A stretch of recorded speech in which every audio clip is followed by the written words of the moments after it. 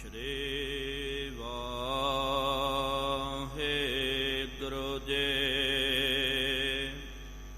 ਸ਼੍ਰੀ ਨਾਨਕ ਪਦ ਪੰਕਜ ਬੰਦਨ, ਪਦ ਪੰਕਜ ਬੰਦਨ। ਸਿਮਰੋ ਅੰਗਦ ਦੁਖ ਨਿਕੰਦਨ,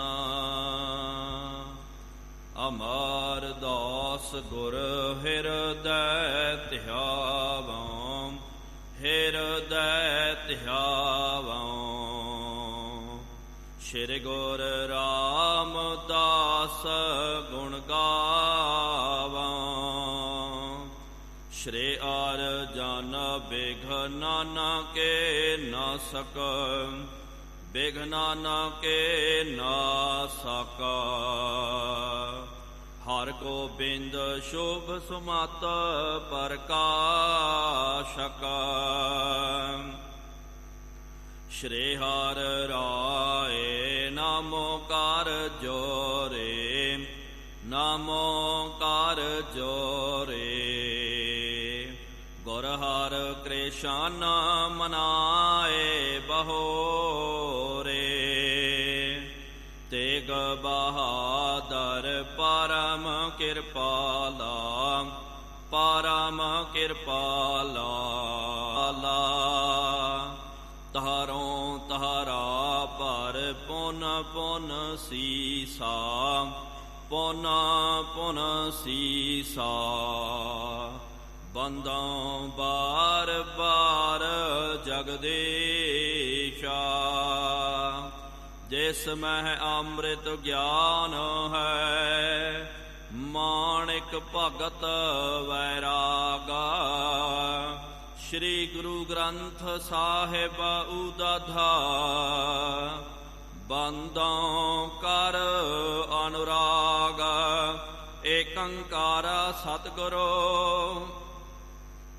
ਤਹਿ ਪ੍ਰਸਾਦ ਸਚ ਹੋਏ।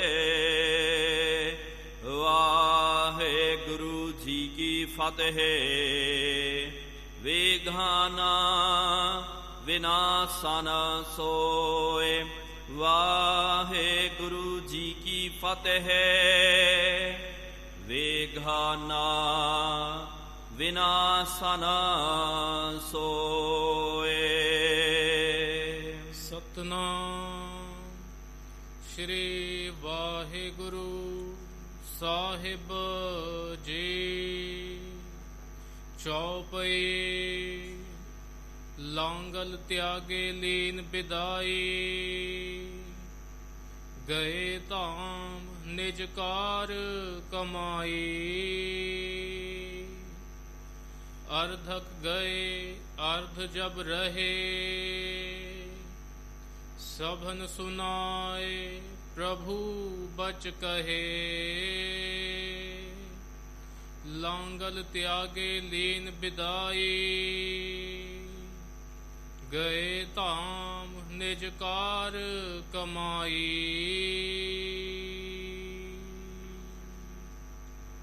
ਵਾਹਿਗੁਰੂ ਜੀ ਕਾ ਖਾਲਸਾ, ਵਾਹਿਗੁਰੂ ਜੀ ਕੀ ਫਤਿਹ। ਪਰਮ ਸਨਮਾਨਯੋਗ ਜੁਗਾਹੋ ਜੁਗ ਅਟਲ, ਚਵਰ ਛਤਰ ਤਖਤ ਦੇ ਮਾਲਿਕ, ਹਲਤ ਪਲਤ ਕੇ ਰਖਿਅਕ, ਵਾਲੀਏ ਦੋ ਜਹਾਨ। ਸ਼ਬਦਾ ਅਵਤਾਰ ਸ਼ਬਦ ਗੁਰੂ ਧੰਨ ਧੰਨ ਸਾਹਿਬ ਸ਼੍ਰੀ ਗੁਰੂ ਗ੍ਰੰਥ ਸਾਹਿਬ ਜੀਓ ਮਹਾਰਾਜ, ਜਿਨ੍ਹਾਂ ਸਤਿਗੁਰੂ ਸੱਚੇ ਪਾਤਸ਼ਾਹ ਜੀ ਮਹਾਰਾਜ ਜੀਆਂ ਦੇ ਪਾਵਨ ਪਵਿੱਤਰ ਹਜ਼ੂਰੀ ਅੰਦਰ, ਸਾਹਿਬਾਂ ਦੇ ਪਾਵਨ ਅਸਥਾਨ ਤਖਤ ਸੱਚਖੰਡ ਸ਼੍ਰੀ ਹਜ਼ੂਰ ਸ਼੍ਰੀ ਅਬਚਲ ਨਗਰ ਸਾਹਿਬ ਜੀ ਵਿਖੇ ਜੁੜ ਬੈਠੀ ਗੁਰੂ ਪਿਆਰੀ ਗੁਰੂ ਸਵਾਰੀ ਸਾਧ ਸੰਗਤ ਜੀਓ। ਤਖਤ ਸਾਹਿਬ ਜੀ ਦੀ ਨਿਤ ਮਰਿਆਦਾ ਨਿਤਨੇਮ ਅਨੁਸਾਰ ਸ਼ਾਮਾਂ ਦੇ ਦੀਵਾਨ ਸਜ ਰਹੇ ਹਨ। ਸਜੇ ਹੋਏ ਪਾਵਨ ਦੀਵਾਨਾਂ ਦੇ ਵਿੱਚ ਗੁਰ ਇਤਿਹਾਸ ਦੀਆਂ ਕਥਾ ਵਿਚਾਰਾਂ ਸਰਵਣ ਕਰਨ ਦੇ ਲਈ ਆਪ ਸੰਗਤਾਂ ਹਾਜ਼ਰੀਆਂ ਭਰ ਰਹੇ ਹੋ। ਵਡ ਭਾਗੇ ਹੋ ਆਪ ਜਿਨ੍ਹਾਂ ਨੂੰ ਸਤਿਗੁਰੂ ਸੱਚੇ ਪਾਤਸ਼ਾਹ ਜੀ ਮਹਾਰਾਜ ਜੀਆਂ ਦੇ ਪਾਵਨ ਸਤ ਸੰਗਤ ਕਰਨ ਦਾ ਸੁਭਾਗ ਅਵਸਰ ਪ੍ਰਾਪਤ ਹੋ ਰਿਹਾ ਹੈ।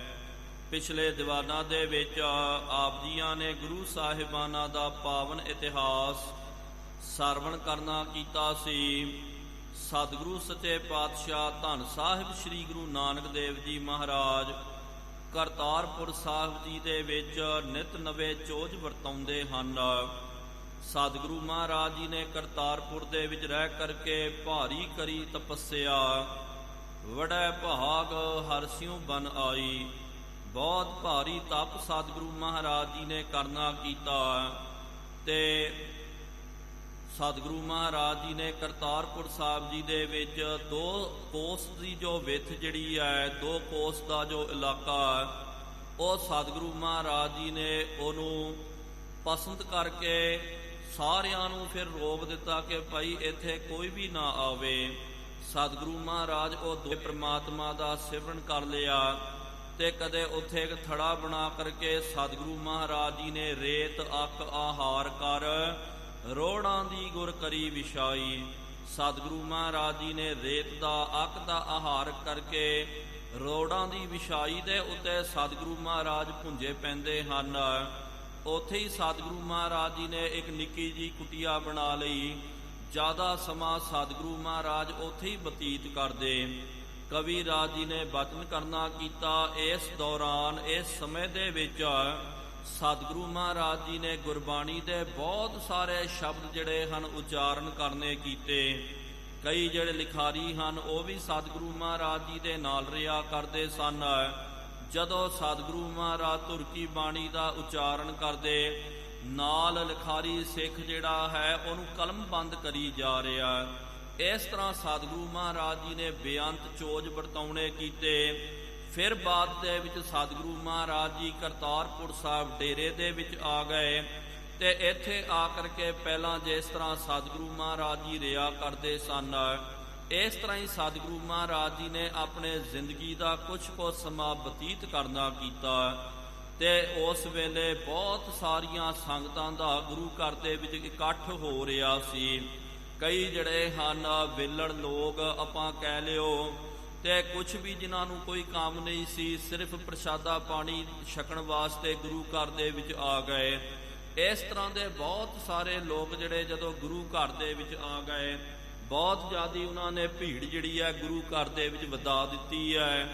ਤਾਂ ਸਤਿਗੁਰੂ ਮਹਾਰਾਜ ਜੀ ਨੇ ਇੱਕ ਚੋਜ ਵਰਤਾਉਣਾ ਕੀਤਾ। ਮਹਾਰਾਜ ਜੀ ਦੇ ਮਨ ਵਿੱਚ ਆਇਆ ਕਿ ਇਹ ਜੋ ਵੇਲੜ ਬਹੁਤ ਜ਼ਿਆਦਾ ਆ ਗਏ, ਚਲੋ ਆਪਾਂ ਇਹਨਾਂ ਦੀ ਪਰਖ ਕਰਨਾ ਕਰੀਏ। ਸਭ ਤੋਂ ਪਹਿਲੇ ਤਾਂ ਗੁਰੂ ਘਰ ਦੇ ਵਿੱਚ 2 ਟਾਈਮ ਵੰਨ ਸਵੰਨਾ ਪ੍ਰਸ਼ਾਦਾ ਤਿਆਰ ਹੁੰਦਾ ਸੀ। ਤਰ੍ਹਾਂ ਤਰ੍ਹਾਂ ਦੇ ਪਕਵਾਨ ਬਣਦੇ ਸਨ। ਸਭ ਤੋਂ ਪਹਿਲਾਂ ਸਤਿਗੁਰੂ ਮਹਾਰਾਜ ਜੀ ਨੇ ਸਿੱਖਾਂ ਦੀ ਪਰਖ ਕਰਨ ਵਾਸਤੇ ਲਾਂਗਰੀਆਂ ਨੂੰ ਕਹਿ ਦਿੱਤਾ ਕਿ ਭਾਈ ਅੱਜ ਤੋਂ ਬਾਅਦ 2 ਟਾਈਮ ਲੰਗਰ ਨਹੀਂ, ਲੰਗਰ ਜਿਹੜਾ 1 ਟਾਈਮ ਹੀ ਤਿਆਰ ਹੋਵੇਗਾ। ਸ਼ਾਮਾਂ ਦੇ ਵੇਲੇ ਹੀ ਪ੍ਰਸ਼ਾਦਾ ਪ੍ਰਾਪਤ ਹੋਵੇਗਾ। ਤੇ ਕਈ ਜਿਹੜੇ ਸਨ ਸਿਰਫ ਪ੍ਰਸ਼ਾਦਾ ਛਕਣ ਵਾਸਤੇ ਮੌਜ ਮੇਲੇ ਵੇਖਣ ਵਾਸਤੇ ਜਿਹੜੇ ਕਰਤਾਰਪੁਰ ਸਾਹਿਬ ਦੇ ਵਿੱਚ ਸਤਿਗੁਰੂ ਮਹਾਰਾਜ ਜੀ ਦੇ ਕੋਲ ਪਹੁੰਚ ਗਏ ਤੇ ਜਦੋਂ ਉਹਨਾਂ ਨੇ ਵੇਖਿਆ ਕਿ ਭਾਈ ਪ੍ਰਸ਼ਾਦਾ ਹੁਣ 1 ਟਾਈਮ ਤਾਂ ਹੀ ਪ੍ਰਾਪਤ ਹੋ ਰਿਹਾ ਹੈ, ਉਹਨਾਂ ਨੇ ਫਿਰ ਛੱਡ ਕਰਕੇ ਕਈ ਜਿਹੜੇ ਹਨ ਉਸ ਵੇਲੇ ਭੱਜ ਗਏ ਤੇ ਨਾਲ ਸਤਿਗੁਰੂ ਮਹਾਰਾਜ ਜੀ ਨੇ ਜੋ ਰਹਿ ਗਏ ਉਹਨਾਂ ਨੂੰ ਕਿਹਾ ਕਿ ਅੱਜ ਤੋਂ ਬਾਅਦ ਭਾਈ ਆਪਾਂ ਜ਼ਿਆਦਾ ਸਮਾਂ ਜਿਹੜਾ ਹੈ ਖੇਤੀ ਦਾ ਕੰਮ ਕਰਨਾ। ਤੇ ਉਹਨਾਂ ਨੂੰ ਫਿਰ ਲੈ ਕਰਕੇ ਜਿੰਨੀਆਂ ਵੀ ਸੰਗਤਾਂ ਸਤਿਗੁਰੂ ਮਹਾਰਾਜ ਉਹਨਾਂ ਨੂੰ ਲੈ ਕਰਕੇ ਖੇਤਾਂ ਦੇ ਵਿੱਚ ਚੱਲ ਜਾਂਦੇ ਸਨ, ਉਹਨਾਂ ਤੋਂ ਹਲਵਾਹੀ ਕਰਾਇਆ ਕਰਦੇ ਸਨ। ਖੇਤੀ ਦਾ ਕੰਮ ਜਿਹੜਾ ਹੈ ਉਹ ਕੰਮ ਦੇ ਵਿੱਚ ਉਹ ਸੇਵਾ ਦੇ ਵਿੱਚ ਸਤਿਗੁਰੂ ਮਹਾਰਾਜ ਜੀ ਨੇ ਸਿੱਖਾਂ ਨੂੰ ਲਾ ਦਿੱਤਾ। ਸਵੇਰ ਤੋਂ ਲੈ ਕਰਕੇ 6 ਵਜੇ ਤੋਂ ਲੈ ਕਰਕੇ ਸ਼ਾਮਾਂ ਤੱਕ ਖੇਤਾਂ ਦੇ ਵਿੱਚ ਕੰਮ ਕਰਨਾ ਤੇ ਪ੍ਰਸ਼ਾਦਾ ਜਿਹੜਾ 1 ਟਾਈਮ ਪ੍ਰਾਪਤ ਹੋਵੇਗਾ, ਇਹ ਵੀ ਮਹਾਰਾਜ ਜੀ ਨੇ ਕਹਿ ਦਿੱਤਾ। ਫਿਰ ਬਾਅਦ ਦੇ ਵਿੱਚ ਮਹਾਰਾਜ ਜੀ ਨੇ ਪਰਚਾ ਜਿਹੜਾ ਔਰ ਸਖਤ ਕਰ ਦਿੱਤਾ, ਕਿਹਾ ਕਿ ਭਾਈ ਖੇਤ ਦੇ ਵਿੱਚ ਕੰਮ ਤਾਂ 8-10 ਘੰਟੇ ਤੁਹਾਨੂੰ ਕਰਨਾ ਪਵੇਗਾ, ਲੇਕਿਨ ਹੁਣ ਪ੍ਰਸ਼ਾਦਾ 2 ਦਿਨਾਂ ਤੋਂ ਬਾਅਦ ਇੱਕ ਦਿਨ ਆਪ ਜੀ ਨੂੰ ਪ੍ਰਸ਼ਾਦਾ ਪ੍ਰਾਪਤ ਹੋਵੇਗਾ।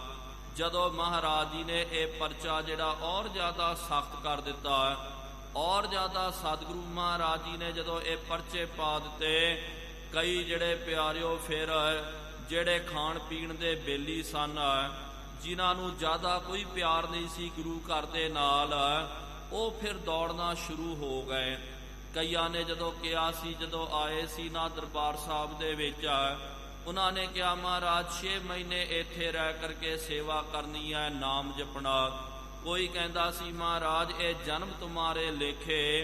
ਲੇਕਿਨ ਜਦੋਂ ਮਹਾਰਾਜ ਜੀ ਨੇ ਪਰਚਾ ਸਖਤ ਕਰ ਦਿੱਤਾ, ਉਸੇ ਵੇਲੇ ਕੋਈ 4 ਦਿਨਾਂ ਤੋਂ ਬਾਅਦ ਕੋਈ 5 ਤਰ੍ਹਾਂ ਸਤਿਗੁਰੂ ਸੱਚੇ ਪਾਤਸ਼ਾਹ ਜੀ ਮਹਾਰਾਜ ਸ਼੍ਰੀ ਗੁਰੂ ਨਾਨਕ ਦੇਵ ਜੀ ਮਹਾਰਾਜ ਜੀ ਨੇ ਜਦੋਂ ਸਿੱਖਾਂ ਦੀ ਪਰਖ ਕਰਨੀ ਕੀਤੀ ਹੈ, ਤੇ ਫਿਰ ਬਹੁਤ ਸਾਰੇ ਲੋਕ ਵਾਪਸ ਦੌੜ ਰਹੇ ਹਨ, ਭੱਜ ਰਹੇ ਹਨ। ਆਓ ਪਿਆਰਿਓ, ਸਤਿਗੁਰੂ ਮਹਾਰਾਜ ਕਿਸ ਤਰ੍ਹਾਂ ਆਪਣੇ ਸਿੱਖਾਂ ਦੀ ਪ੍ਰੀਖਿਆ ਲੈਂਦੇ ਹਨ। ਇਸ ਪ੍ਰੀਖਿਆ ਦੇ ਵਿੱਚ, ਇਸ ਪਰਚੇ ਦੇ ਵਿੱਚ ਕੌਣ ਪਾਸ ਹੁੰਦਾ ਹੈ, ਉਹ ਪਾਵਨ ਇਤਿਹਾਸ ਆਪਾਂ ਪ੍ਰੇਮ ਤੇ ਸਤਿਕਾਰ ਦੇ ਨਾਲ ਸਰਵਣ ਕਰਨਾ ਕਰੀਏ। ਕੋਈ ਵੀ ਰਸਨਾ ਵਾਂਝੀ ਨਾ ਰਵੇ। ਸਤਿਗੁਰੂ ਮਹਾਰਾਜ ਜੀ ਦੇ ਦਰ ਤੇ ਆਪਣੀ ਹਾਜ਼ਰੀ ਨੂੰ ਦਰਜ ਕਰਵਾਉਂਦਿਆਂ ਹੋਇਆਂ ਪ੍ਰੇਮ ਤੇ ਸਤਿਕਾਰ ਸਹਿਤ ਉਚਾਰਨ ਕਰਨਾ ਕਰੋ ਜੀ। ਸਤਿਨਾਮ ਸ਼੍ਰੀ ਵਾਹਿਗੁਰੂ ਜੀ। ਫਿਰ ਇੱਕ ਵਾਰੀ ਉਚਾਰਨ ਕਰੋ ਜੀ। ਸਤਿਨਾਮ ਸ਼੍ਰੀ ਵਾਹਿਗੁਰੂ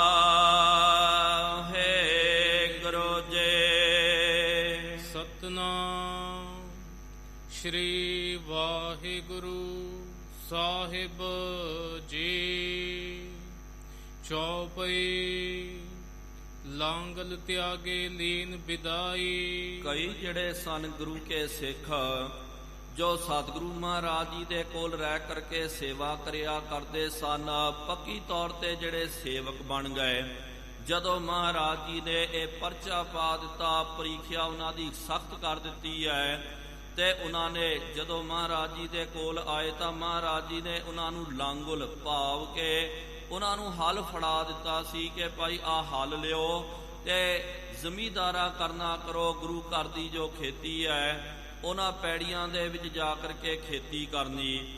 ਤੇ ਨਾਲ ਮਹਾਰਾਜ ਜੀ ਨੇ ਪ੍ਰਸ਼ਾਦਾ ਵੀ ਜਦੋਂ ਵਿਵਰਜਿਤ ਕਰ ਦਿੱਤਾ, ਪਹਿਲੇ ਤਾਂ ਕਿਹਾ ਸੀ ਕਿ ਇੱਕ ਦਿਨ ਦੇ ਵਿੱਚ ਇੱਕ ਟਾਈਮ ਦਾ ਪ੍ਰਸ਼ਾਦਾ ਮਿਲੇਗਾ।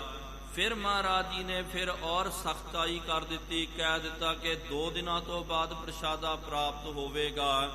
ਤੇ ਉਹਨਾਂ ਦੇ ਹੌਸਲੇ ਟੁੱਟਣ ਲੱਗ ਪਏ, ਤੇ ਉਹਨਾਂ ਨੇ ਆ ਕਰਕੇ ਕਿਹਾ ਸਤਿਗੁਰੂ ਮਹਾਰਾਜ ਇਹ ਹਲ ਆਪ ਜੀ ਨੇ ਦਿੱਤਾ, ਇਹ ਹਲ ਆਪਣਾ ਆਪ ਜੀ ਲੈਣਾ ਕਰੋ ਤੇ ਮਹਾਰਾਜ ਸਾਨੂੰ ਆਗਿਆ ਦਿਓ। ਅਸੀਂ ਆਪ ਜੀ ਦੇ ਕੋਲ ਰਹਿ ਨਹੀਂ ਸਕਦੇ ਆ, ਅਸੀਂ ਆਪਣੇ ਘਰ ਨੂੰ ਜਾਣਾ ਚਾਹੁੰਦੇ ਹਾਂ। ਗਏ ਧਾਮ ਨਿਜ ਕਾਰ ਕਮਾਈ। ਕਹਿੰਦੇ ਸਤਿਗੁਰੂ ਮਹਾਰਾਜ ਹੁਣ ਇੱਥੇ ਰਹਿਣਾ ਸਾਨੂੰ ਨਹੀਂ ਭਾਉਂਦਾ ਹੈ, ਹੁਣ ਆਗਿਆ ਦਿਓ, ਅਸੀਂ ਆਪਣੇ ਆਪਣੇ ਘਰਾਂ ਨੂੰ ਜਾ ਕਰਕੇ ਉੱਥੇ ਜਾ ਕਰਕੇ ਆਪਣਾ ਕੰਮ ਕਾਜ ਕਰਾਂਗੇ। ਅਰਧਕ ਗਏ ਅਰਧ ਜਬ ਰਹੇ। ਇਸ ਤਰ੍ਹਾਂ ਪਿਆਰਿਓ ਹਜ਼ਾਰਾਂ ਦੀ ਗਿਣਤੀ ਦੇ ਵਿੱਚ ਸਿੱਖ ਰਿਹਾ ਕਰਦੇ ਸਨ ਕਰਤਾਰਪੁਰ ਸਾਹਿਬ ਦੇ ਵਿੱਚ। ਲੇਕਿਨ ਉਹਨਾਂ ਦੇ ਵਿੱਚੋਂ ਜਦੋਂ ਅੱਧੇ ਭੱਜ ਗਏ ਤੇ ਅੱਧੇ ਜਦੋਂ ਗੁਰੂ ਘਰ ਦੇ ਵਿੱਚ ਰਹਿ ਗਏ, ਸਭਨ ਸੁਨਾਏ ਪ੍ਰਭੂ ਬਚ ਕਹੇ। ਸਤਿਗੁਰੂ ਮਹਾਰਾਜ ਜੀ ਨੇ ਜਿਹੜੇ ਰਹਿ ਗਏ ਸਨ ਗੁਰੂ ਘਰ ਦੇ ਵਿੱਚ, ਉਹਨਾਂ ਨੂੰ ਸੁਣਾ ਕਰਕੇ ਇਹ ਬਚਨ ਉਚਾਰਨ ਕੀਤਾ। ਦੁਤੀਏ ਦਿਵਸ ਅਸਨ ਕੋ ਕਰੀਏ। ਪਹਿਲੇ ਤਾਂ ਸਤਿਗੁਰੂ ਮਹਾਰਾਜ ਜੀ ਨੇ 2 ਡੰਗ ਦਾ ਪ੍ਰਸ਼ਾਦਾ ਹੈ ਉਹਨੂੰ ਕੱਟ ਕੇ 1 ਡੰਗ ਦਾ ਪ੍ਰਸ਼ਾਦਾ ਕਰ ਦਿੱਤਾ ਸੀ। ਕਿਹਾ ਕਿ 24 ਘੰਟਿਆਂ ਦੇ ਵਿੱਚੋਂ ਇੱਕ ਵਾਰੀ ਲੰਗਰ ਜਿਹੜਾ ਹੈ ਉਹ ਖੁੱਲੇਗਾ ਸ਼ਾਮਾਂ ਦੇ ਵੇਲੇ। ਸ਼ਾਮਾਂ ਦੇ ਵੇਲੇ ਹੀ ਪ੍ਰਸ਼ਾਦਾ ਰਾਜ ਕਰਕੇ ਛਕ ਲੈਣਾ, ਫਿਰ ਦੁਬਾਰਾ ਪ੍ਰਸ਼ਾਦਾ ਤੁਹਾਨੂੰ ਨਹੀਂ ਪ੍ਰਾਪਤ ਹੋਵੇਗਾ। ਹੁਣ ਮਹਾਰਾਜ ਜੀ ਨੇ ਇਹ ਜੋ ਪ੍ਰੀਖਿਆ ਹੈ ਉਹਨੂੰ ਔਰ ਜ਼ਿਆਦਾ ਸਖਤ ਕਰ ਦਿੱਤਾ, ਤੇ ਮਹਾਰਾਜ ਜੀ ਨੇ ਕਿਹਾ ਹੁਣ ਤਾਂ 1 ਡੰਗ ਦਾ ਪ੍ਰਸ਼ਾਦਾ ਛਕਦੇ ਸੀ 24 ਘੰਟਿਆਂ ਦੇ ਵਿੱਚੋਂ, ਹੁਣ 2 ਦਿਨਾਂ ਤੋਂ ਬਾਅਦ ਆਪ ਜੀ ਨੂੰ ਪ੍ਰਸ਼ਾਦਾ ਪ੍ਰਾਪਤ ਹੋਵੇਗਾ। ਬਾਹੂ ਖੇਤ ਸੰਕਟ ਪਰ ਹਰੀਏ। ਸਤਿਗੁਰੂ ਜੀ ਕਹਿਣ ਲੱਗੇ ਕਿ ਭਾਈ 2 ਦਿਨਾਂ ਤੋਂ ਬਾਅਦ ਪ੍ਰਸ਼ਾਦਾ ਪ੍ਰਾਪਤ ਹੋਵੇਗਾ, ਲੇਕਿਨ ਸੇਵਾ ਦੇ ਵਿੱਚ ਜੋ ਵਾਹੀ ਕਰਨੀ ਹੈ ਉਹਦੇ ਵਿੱਚ ਤੁਹਾਨੂੰ ਕੋਈ ਢਿੱਲ ਨਹੀਂ ਹੈ। ਉਹ ਤਾਂ ਉਸ ਤਰ੍ਹਾਂ ਹੀ ਜਿੰਨਾ ਸਮਾਂ ਤੁਸੀਂ ਸਵੇਰ ਤੋਂ ਲੈ ਕਰਕੇ ਸ਼ਾਮਾਂ ਤੀਕਰ ਖੇਤਾਂ ਦੇ ਵਿੱਚ ਪੈੜੀਆਂ ਦੇ ਵਿੱਚ ਕੰਮ ਕਰਦੇ ਹੋ, ਉਹ ਕੰਮ ਉਹ ਸੇਵਾ ਤੁਹਾਡੀ ਲਗਾਤਾਰ ਜਾਰੀ ਰਹੇਗੀ। ਦਿਵਸ ਦਸਨ ਲਓ ਐਸ ਇਹ ਪਰਚਾ ਜਿਹੜਾ ਔਰ ਜ਼ਿਆਦਾ ਸਖਤ ਕਰ ਦਿੱਤਾ। ਸ਼ੁਦਾ ਕ੍ਰਿਤ ਤੇ ਉਰ ਅਕੁਲਾਏ। ਤੇ ਕਈ ਜਿਹੜੇ ਸਨ, ਇੱਕ ਤਾਂ ਭੁੱਖ ਬੜੀ ਲੱਗਦੀ ਸੀ ਤੇ ਨਾਲ ਇੰਨਾ ਭਾਰੀ ਕੰਮ ਕਰਨਾ, ਇੰਨੀ ਮਸ਼ੱਕਤ ਕਰਨੀ ਹੈ। ਕਿਉਂਕਿ ਪਿਆਰਿਓ, ਜਦੋਂ ਆਪਾਂ ਮਸ਼ੱਕਤ ਕਰਦੇ ਆ, ਮਿਹਨਤ ਕਰਦੇ ਆ, ਜਿੰਨੀ ਬੰਦਾ ਮਿਹਨਤ ਕਰਦਾ ਉਹਨੂੰ ਉਨੀ ਡਾਢੀ ਜਿਹੜੀ ਆ ਭੁੱਖ ਵੀ ਲੱਗਦੀ ਹੈ।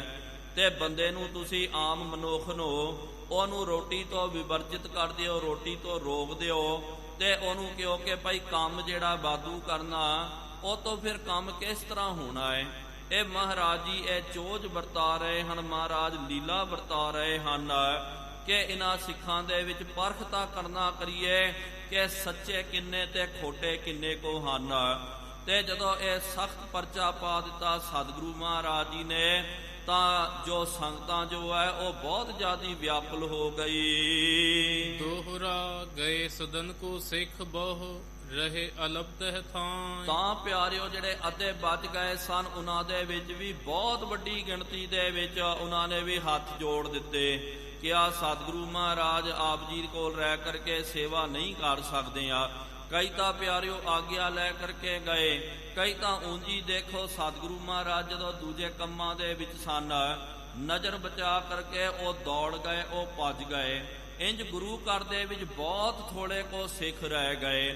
ਜਿੱਥੇ ਹਜ਼ਾਰਾਂ ਦੀ ਗਿਣਤੀ ਹੁੰਦੀ ਸੀ, ਹੁਣ ਹਜ਼ਾਰਾਂ ਦੀ ਗਿਣਤੀ ਜਿਹੜੀ ਹੈ ਸੈਂਕੜਿਆਂ ਦੇ ਵਿੱਚ ਬਦਲ ਗਈ ਆ। ਉਂਗਲਾਂ ਦੇ ਵਿੱਚ ਆਪਾਂ ਸਿੱਖਾਂ ਨੂੰ ਗਿਣ ਸਕਦੇ ਹਾਂ। ਚਤਰ ਪਹਿਰ ਲਾਂਗੁਲ ਲੀਏ ਕ੍ਰਿਤ ਸੋ ਬਹਿਰ ਕਮਾਏ। 4 ਪੈਰ ਇਹ ਲਾਂਗਲ ਲੈ ਕਰਕੇ, ਹਲ ਲੈ ਕਰਕੇ ਪੈੜੀਆਂ ਦੇ ਵਿੱਚ ਗੁਰੂ ਕੇ ਸਿੱਖ ਕਿਰਤ ਕਰਦੇ ਹਨ, ਖੇਤੀ ਦਾ ਕੰਮ ਕਰਦੇ ਹਨ। ਚੌਪਈ ਮਰਨ ਧਾਰ ਉਰ ਬੈਠੇ ਸੋਏ। ਜਿਹੜੇ ਪਿਆਰਿਓ ਜਿਨ੍ਹਾਂ ਨੇ ਮਰਨ ਮਾਂਡ ਕਰਕੇ ਬੈਠਣਾ ਕੀਤਾ, ਜਿਨ੍ਹਾਂ ਨੇ ਕਹਿ ਦਿੱਤਾ ਕਿ ਇਹ ਜਨਮ ਤੁਮਾਰੇ ਲੇਖੇ, ਕਹਿ ਰਵਿਦਾਸ ਆਸ ਲਗ ਜੀਵਾਂ ਚਿਰ ਭਇਓ ਦਰਸ਼ਨ ਦੇਖੇ। ਜਿਨ੍ਹਾਂ ਨੇ ਕਹਿ ਦਿੱਤਾ ਕਿ ਸਤਿਗੁਰੂ ਸੱਚੇ ਪਾਤਸ਼ਾਹ ਜੀ ਮਹਾਰਾਜ ਇਹ ਜਨਮ ਅਸਾਂ ਨੇ ਆਪ ਜੀ ਦੇ ਲੇਖੇ ਲਾਉਣਾ ਕੀਤਾ, ਰਾਖੈ ਤੋ ਰਾਖ ਮਾਰੈ ਤੋ ਮਾਰ। ਹੁਣ ਆਪ ਜੀ ਦੀ ਮਰਜ਼ੀ ਹੈ, ਜੇ ਰੱਖਣਾ ਮਹਾਰਾਜ ਆਪ ਜੀ ਰੱਖ ਲੈਣਾ ਕਰੋ, ਜੇ ਮਾਰਨਾ ਤੇ ਆਪ ਜੀ ਮਾਰ ਦੇਣਾ ਕਰੋ। ਲੇਕਿਨ ਅਸੀਂ ਆਪ ਜੀ ਦਾ ਦਰ ਜਿਹੜਾ ਹੈ ਉਹ ਛੱਡ ਕਰਕੇ ਨਹੀਂ ਜਾਣਾ ਹੈ। ਕਬੀਰ ਸਾਹਿਬ ਜੀ ਦਾ ਪਾਵਨ ਆਪਾਂ ਬਚਨ ਪੜ੍ਹਦੇ ਆ ਕਿ ਕਬੀਰ ਜੈ ਦਰ ਆਵਤ ਜਾਤੇ ਹੋ, ਹਟਕੈ ਨਾਹੀ ਕੋਏ, ਸੋ ਦਰ ਕੈਸੇ ਛੋੜੀਐ ਜੋ ਦਰ ਐਸਾ ਹੋਏ।